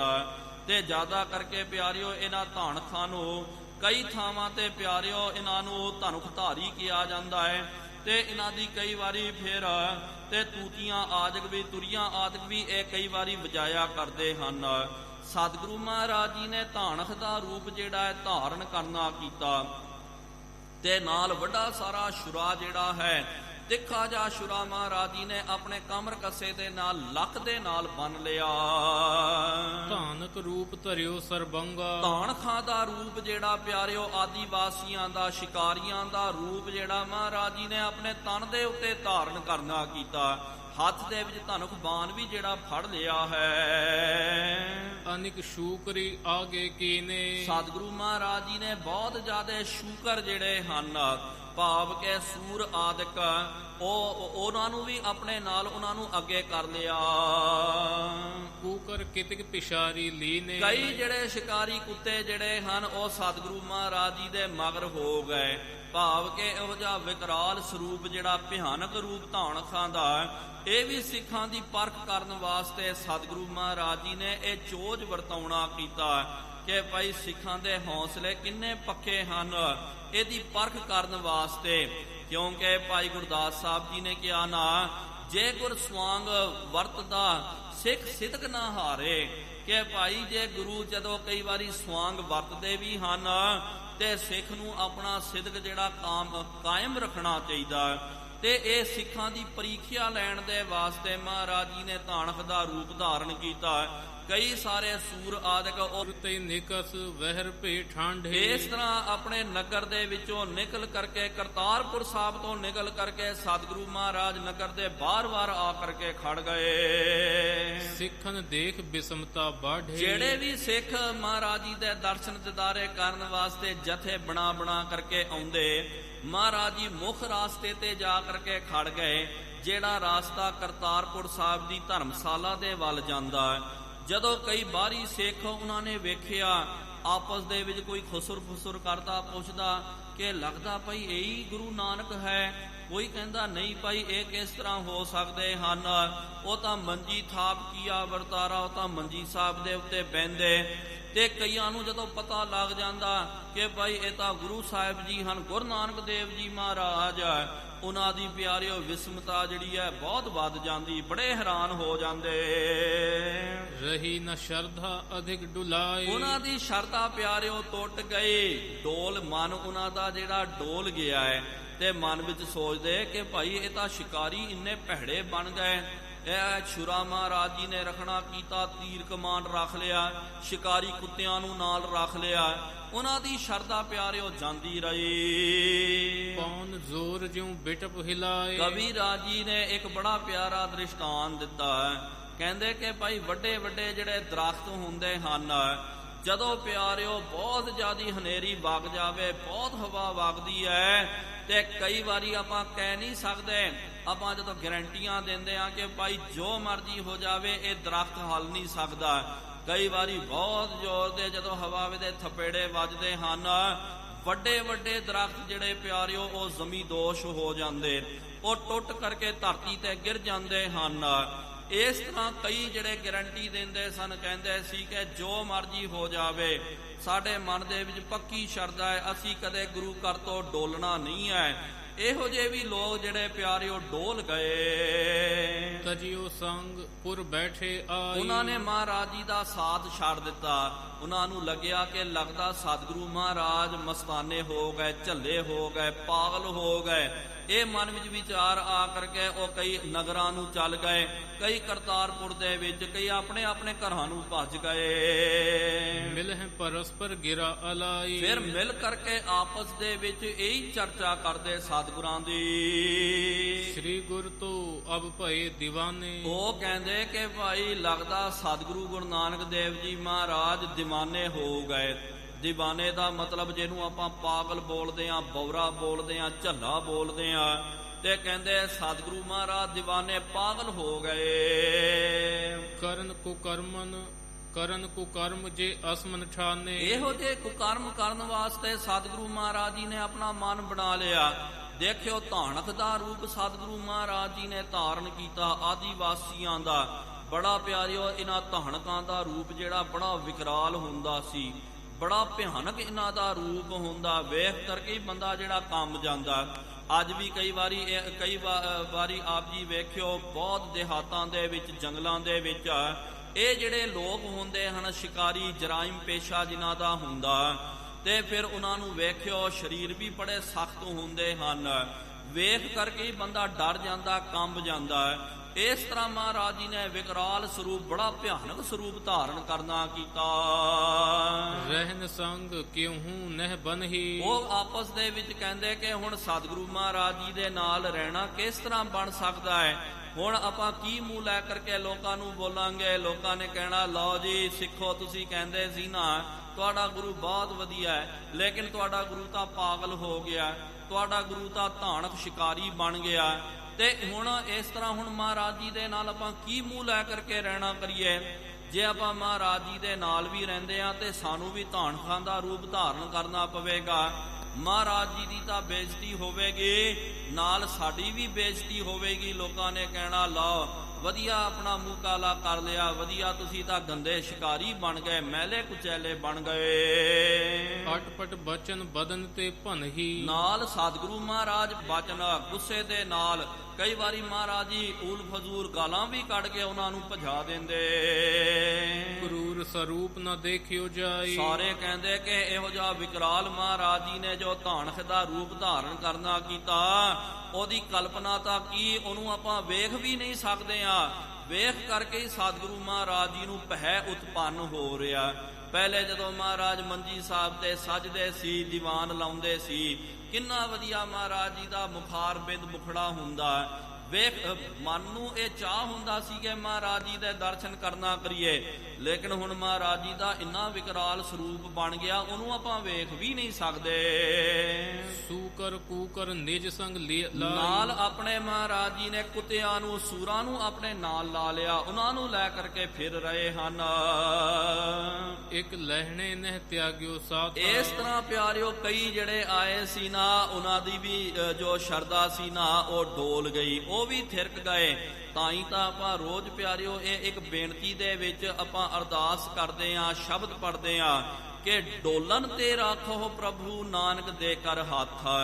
ਕਈ ਵਾਰੀ ਪਿਆਰਿਓ ਸਤਿਗੁਰੂ ਮਹਾਰਾਜ ਪਰਮਾਤਮਾ ਜ਼ਿੰਦਗੀ ਦੇ ਸਫ਼ਰ ਦੇ ਵਿੱਚ ਇਹੋ ਜਿਹੇ ਪਰਚੇ ਪਾ ਦਿੰਦੇ ਹਨ ਤੇ ਵੱਡੇ ਵੱਡੇ ਪਿਆਰਿਓ ਡੋਲ ਜਾਂਦੇ। ਸਾਡੀ ਕੀ ਗੱਲ ਹੈ? ਵੱਡੇ ਵੱਡੇ ਜਿਹੜੇ ਖੱਬੀ ਖਾਂ ਆਪਣੇ ਆਪ ਨੂੰ ਅਪਮਾਉਣ ਵਾਲੇ, ਉਹ ਵੀ ਡੋਲ ਜਾਂਦੇ, ਉਹਨਾਂ ਦਾ ਵੀ ਮਨ ਥਿਰਕ ਜਾਂਦਾ।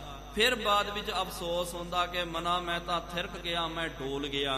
ਇਸ ਕਰਕੇ ਅਰਦਾਸ ਹੀ ਕਰਨੀ ਚਾਹੀਦੀ ਆ ਸਤਿਗੁਰੂ ਮਹਾਰਾਜ ਭਾਵੇਂ ਜ਼ਿੰਦਗੀ ਦੇ ਸਫ਼ਰ ਦੇ ਵਿੱਚ ਜੋ ਮਰਜ਼ੀ ਆਪ ਜੀ ਪਰਚੇ ਪਾਉਣਾ ਕਰੋ, ਜਿਸ ਤਰ੍ਹਾਂ ਆਪ ਜੀ ਪਰਖ ਕਰਨਾ ਕਰ ਲਿਓ, ਲੇਕਿਨ ਨਾਲ ਇਹ ਵੀ ਕਿਰਪਾ ਕਰੋ ਸਾਨੂੰ ਡੋਲਣ ਤੋਂ ਹੱਥ ਦੇ ਕਰਕੇ ਬਚਾ ਲਿਓ। ਸਾਡਾ ਮਨ ਜਿਹੜਾ ਡੋਲੇ ਨਾ, ਸਾਡੀ ਸ਼ਰਧਾ ਅਟੁੱਟ ਵਿਸ਼ਵਾਸ ਆਪ ਜੀ ਦੇ ਉੱਤੇ ਕਾਇਮ ਰਵੇ। ਇਸ ਤਰ੍ਹਾਂ ਸਾਰਿਆਂ ਦੀ ਤਾਂ ਸ਼ਰਧਾ ਡੋਲ ਗਈ ਹੈ, ਉਹ ਫਿਰ ਦੌੜ ਦੌੜ ਕਰਕੇ ਭੱਜ ਗਏ, ਆਪਣੇ ਆਪਣੇ ਘਰਾਂ ਨੂੰ ਚੱਲ ਗਏ। ਜਿੱਥੇ ਪਿਆਰਿਓ ਹਜ਼ਾਰਾਂ ਦੀ ਗਿਣਤੀ ਦੇ ਵਿੱਚ ਸੰਗਤਾਂ ਦਾ ਇਕੱਠ ਹੁੰਦਾ ਸੀ, ਸੰਗਤ ਦੀ ਇਕੱਤਰਤਾ ਹੁੰਦੀ ਸੀ, ਸਾਰੇ ਦੌੜ ਗਏ, ਭੱਜ ਗਏ। ਲੇਕਿਨ ਇੱਕ ਬਾਬਾ ਲੈਣਾ ਜੀ ਭਾਵ ਕੇ ਸ੍ਰੀ ਗੁਰੂ ਅੰਗਦ ਦੇਵ ਜੀ ਮਹਾਰਾਜ ਉਹ ਡੋਲਣ ਤੋਂ ਰਹਿ ਗਏ। ਉਹਨਾਂ ਨੂੰ ਪਤਾ ਸੀ ਕਿ ਸਤਿਗੁਰੂ ਮਹਾਰਾਜ ਜੀ ਦੀ ਲੀਲਾ ਹੋ ਰਹੀ ਹੈ। ਇਹ ਸਤਿਗੁਰੂ ਮਹਾਰਾਜ ਸਾਡੀ ਪਰਖ ਕਰ ਰਹੇ ਹਨ। ਉਹਨਾਂ ਤੋਂ ਇਲਾਵਾ ਸਾਰੇ ਡੋਲ ਗਏ, ਸਾਰੇ ਭੱਜ ਗਏ। ਨਿਕਟ ਠਾਂਡ ਭਾਜੋ ਰੇ ਹਾਥ, ਉਹਨਾਂ ਨੇ ਸਤਿਗੁਰੂ ਮਹਾਰਾਜ ਜੀ ਦੇ ਲਾਗੇ ਹੋ ਕਰਕੇ ਹੱਥ ਜੋੜ ਕਰਕੇ ਬਚਨ ਕਰਨਾ ਕੀਤਾ। ਤਨ ਮਨ ਧਨ ਨਿਰਮਾਇਲ ਕੀਨਾ, ਜਿਨ੍ਹਾਂ ਨੇ ਪਿਆਰਿਓ ਆਪਣਾ ਤਨ ਮਨ ਧਨ ਜਿਹੜਾ ਸਭ ਸਤਿਗੁਰੂ ਮਹਾਰਾਜ ਜੀ ਦੇ ਚਰਨਾਂ ਵਿੱਚ ਅਰਪਿਤ ਕਰ ਦਿੱਤਾ। ਕੈਸੇ ਹਟੇ ਸਮਰਪ ਜੇ ਦੀਨਾ, ਉਹ ਕਿਸ ਤਰ੍ਹਾਂ ਪਿੱਛੇ ਹਟ ਸਕਦੇ ਹਨ, ਕਿਉਂਕਿ ਹੁਣ ਆਪਣਾ ਮਨ ਆਪਣਾ ਨਹੀਂ ਰਿਹਾ, ਤਨ ਆਪਣਾ ਨਹੀਂ ਰਿਹਾ, ਸਭ ਮਹਾਰਾਜ ਜੀ ਨੂੰ ਅਰਪਣ ਕਰ ਦਿੱਤਾ, ਭੇਟ ਕਰ ਦਿੱਤਾ। ਹੁਣ ਤਾਂ ਮੇਰਾ ਮੁਝ ਵਿੱਚ ਕੁਛ ਵੀ ਨਹੀਂ ਹੈ। ਇਹ ਭਾਵਨਾ ਨੂੰ ਲੈ ਕਰਕੇ ਮਹਾਰਾਜ ਜੀ ਦੇ ਅੱਗੇ ਹੱਥ ਜੋੜ ਕੇ ਬੇਨਤੀ ਕੀਤੀ। ਸ੍ਰੀ ਸਤਿਗੁਰ ਮੁਖ ਤਹਿ ਮਾਹੀ, ਮਹਾਰਾਜ ਜੀ ਨੂੰ ਬੇਨਤੀ ਕਰਦੇ ਬਾਬਾ ਲੈਣਾ ਜੀ, ਸਤਿਗੁਰੂ ਮਹਾਰਾਜ ਇਹ ਆਪ ਜੀ ਦੇ ਤਾਂ ਨਵੇਂ ਚੋਜ ਹਨ, ਇਹ ਤਾਂ ਆਪ ਜੀ ਦੀ ਕਮਾਲ ਦੀ ਲੀਲਾ ਹੈ। ਇਹ ਸੁਣ ਕਰਕੇ ਮਹਾਰਾਜ ਜੀ ਨੇ ਸ਼ਬਦ ਉਚਾਰਨ ਕੀਨ ਤਹਾਂ ਹੀ, ਸਤਿਗੁਰੂ ਮਹਾਰਾਜ ਜੀ ਨੇ ਇਸ ਪ੍ਰਥਾਏ ਸਤਿਗੁਰੂ ਮਹਾਰਾਜ ਜੀ ਨੇ ਸ਼੍ਰੀ ਰਾਗ ਦਾ ਇੱਕ ਸ਼ਬਦ ਜਿਹੜਾ ਹੈ, ਏਕ ਸਵਾਨ ਦੋਏ ਸਵਾਨੀ ਨਾਲ ਭਲਕੇ ਭੌਂਕੇ ਸਦਾ ਬਿਆਲ, ਕੂੜ ਛੁਰਾ ਮੁੱਠਾ ਮੁਰਦਾਰ ਧਾਨਕ ਰੂਪ ਰਾਹਾਂ ਕਰਤਾਰ, ਇਹ ਪਾਵਨ ਸ਼ਬਦ ਮਹਾਰਾਜ ਜੀ ਨੇ ਉਚਾਰਨ ਕਰਨਾ। ਕਹਿਣਾ ਬਾਬਾ ਲੈਣਾ ਜੀ, ਇਹ ਤਾਂ ਬਾਹਰੀ ਅਸਾਂ ਨੇ ਤਾਣਖ ਦਾ ਰੂਪ ਧਾਰਨ ਕਰਨਾ ਕੀਤਾ, ਜਿਸ ਕਰਕੇ ਆਮ ਲੋਕਾਂ ਨੂੰ ਡਰ ਪੈਦਾ ਹੋ ਰਿਹਾ। ਲੇਕਿਨ ਇੱਥੇ ਹਰ ਕੋਈ ਮਨੁੱਖ ਜ਼ਿਆਦਾ ਕਰਕੇ ਅੰਦਰੋਂ ਉਹਨੇ ਤਾਣਖ ਦਾ ਗੰਦਗੀ ਦਾ ਰੂਪ ਧਾਰਨ ਕੀਤਾ ਹੈ। ਤੇ ਗੱਲੀ ਅਸੀਂ ਚੰਗੀਆਂ, ਆਚਾਰੀ ਬੁਰੀਆਂ, ਮਨੋਹਕ ਸੁੱਧਾ ਕਾਲੀਆਂ, ਬਾਹਰ ਚਿਟਵੀਆਂ। ਬਾਹਰੋਂ ਤਾਂ ਇਹ ਬੜੇ ਚਿੱਟੇ ਹਨ, ਲੇਕਿਨ ਅੰਦਰ ਖਾਤੇ ਸਾਰੇ ਧਾਨਖ ਬਣ ਕਰਕੇ ਬੈਠੇ ਹੋਏ ਹਨ। ਇਸ ਪ੍ਰਥਾਏ ਮਹਾਰਾਜ ਜੀ ਨੇ ਜੋ ਸ਼੍ਰੀ ਰਾਗ ਦਾ ਸ਼ਬਦ ਉਚਾਰਨ ਕੀਤਾ, ਉਹਦੀ ਵਿਚਾਰ ਪਿਆਰਿਓ ਆਉਣ ਵਾਲੇ ਅਗਲੇ ਦੀਵਾਨਾਂ ਦੇ ਵਿੱਚ ਆਪਾਂ ਨੇ ਕਰਨੀ ਹੈ।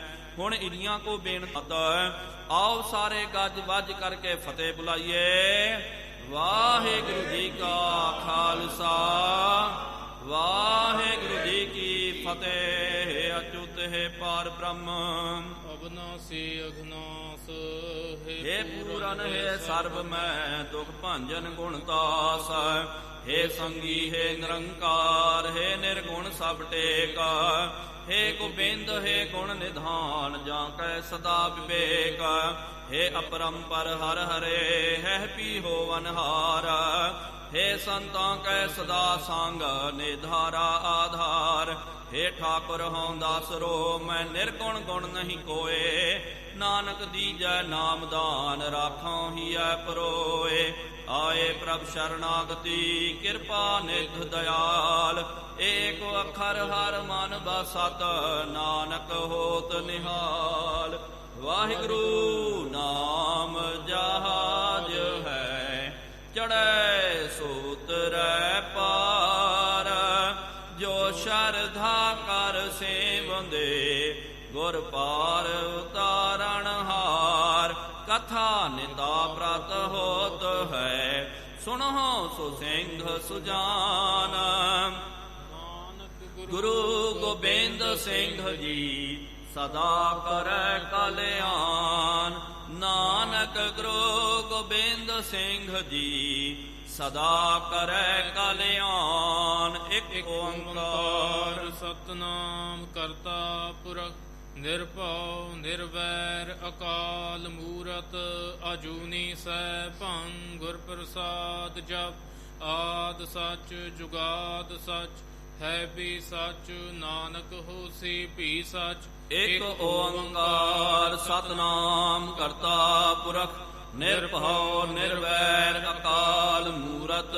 ਅਜੂਨੀ ਸੈਭੰ ਗੁਰ ਪ੍ਰਸਾਦ ਜਪ। ਆਦ ਸੱਚ ਜੁਗਾਦ ਸੱਚ, ਹੈ ਵੀ ਸੱਚ। ਨਾਨਕ ਹੋਸੀ ਵੀ ਸੱਚ। ਇੱਕ ਓੰਕਾਰ ਸਤਨਾਮ ਕਰਤਾ ਪੁਰਖ, ਨਿਰਭਉ ਨਿਰਵੈਰ ਅਕਾਲ ਮੂਰਤ। ਅਜੂਨੀ ਸੈਭੰ ਗੁਰ ਪ੍ਰਸਾਦ ਜਪ।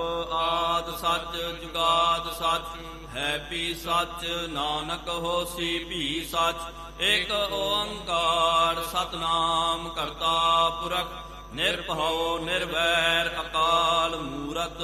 ਅਜੂਨੀ ਸੈਭੰ ਗੁਰ ਪ੍ਰਸਾਦ ਜਪ। ਆਦ ਸੱਚ ਜੁਗਾਦ ਸੱਚ ਹੈ ਵੀ ਸੱਚ, ਨਾਨਕ ਹੋਸੀ ਵੀ ਸੱਚ।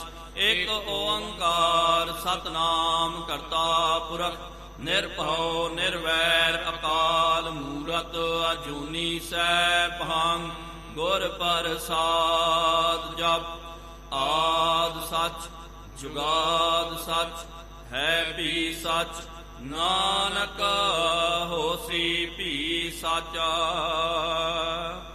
ਵਾਹੋ ਵਾਹੋ ਗੋਬਿੰਦ ਸਿੰਘ ਜੀ, ਵਾਹੂ ਵਾਹੂ ਗੋਬਿੰਦ ਸਿੰਘ ਜੀ। ਕਲਗੀਆਂ ਵਾਲੇ ਗੋਬਿੰਦ ਸਿੰਘ ਜੀ, ਕਲਗੀਆਂ ਵਾਲੇ ਗੋਬਿੰਦ ਸਿੰਘ ਜੀ। ਬਾਜਾਂ ਵਾਲੇ ਗੋਬਿੰਦ ਸਿੰਘ ਜੀ, ਬਾਜਾਂ ਵਾਲੇ ਗੋਬਿੰਦ ਸਿੰਘ ਜੀ। ਫੌਜਾਂ ਵਾਲੇ ਗੋਬਿੰਦ ਸਿੰਘ ਜੀ, ਫੌਜਾਂ ਵਾਲੇ ਗੋਬਿੰਦ ਸਿੰਘ ਜੀ। ਸੋਜੀ ਪਿਆਰੇ ਗੋਬਿੰਦ ਸਿੰਘ ਜੀ, ਸੋਜੀ ਪਿਆਰੇ ਗੋਬਿੰਦ ਸਿੰਘ ਜੀ। ਵਾਹੋ ਵਾਹੋ ਗੋਬਿੰਦ ਸਿੰਘ ਜੀ, ਵਾਹੂ ਵਾਹੂ ਗੋਬਿੰਦ ਸਿੰਘ ਜੀ। ਵਾਹੋ ਵਾਹੋ ਗੋਬਿੰਦ ਸਿੰਘ ਜੀ। ਵਾਹੂ ਵਾਹੂ ਗੋਬਿੰਦ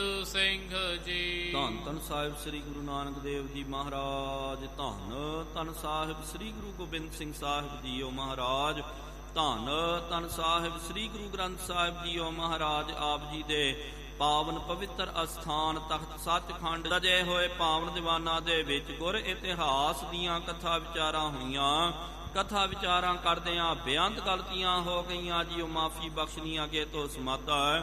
ਆਈਆਂ ਸੰਗਤਾਂ ਦੀਆਂ ਹਾਜ਼ਰੀਆਂ ਤਿਲ ਫੁੱਲ ਭੇਟਾਵਾਂ ਪ੍ਰਵਾਨ ਕਰਨੀਆਂ। ਜੋ ਜੀ ਆਪ ਜੀ ਕੇ ਦੁਆਰੇ ਆਵੇ ਸੋ ਸਦਾ ਹੀ ਰਾਜੀ ਪ੍ਰਸੰਨ ਜਾਵੇ। ਗੁਰ ਨਾਨਕ ਨਾਮ ਚੜ੍ਹਦੀ ਕਲਾ, ਤੇਰੇ ਭਾਣੇ ਸਰਬੱਤ ਦਾ ਭਲਾ। ਬੋਲੇ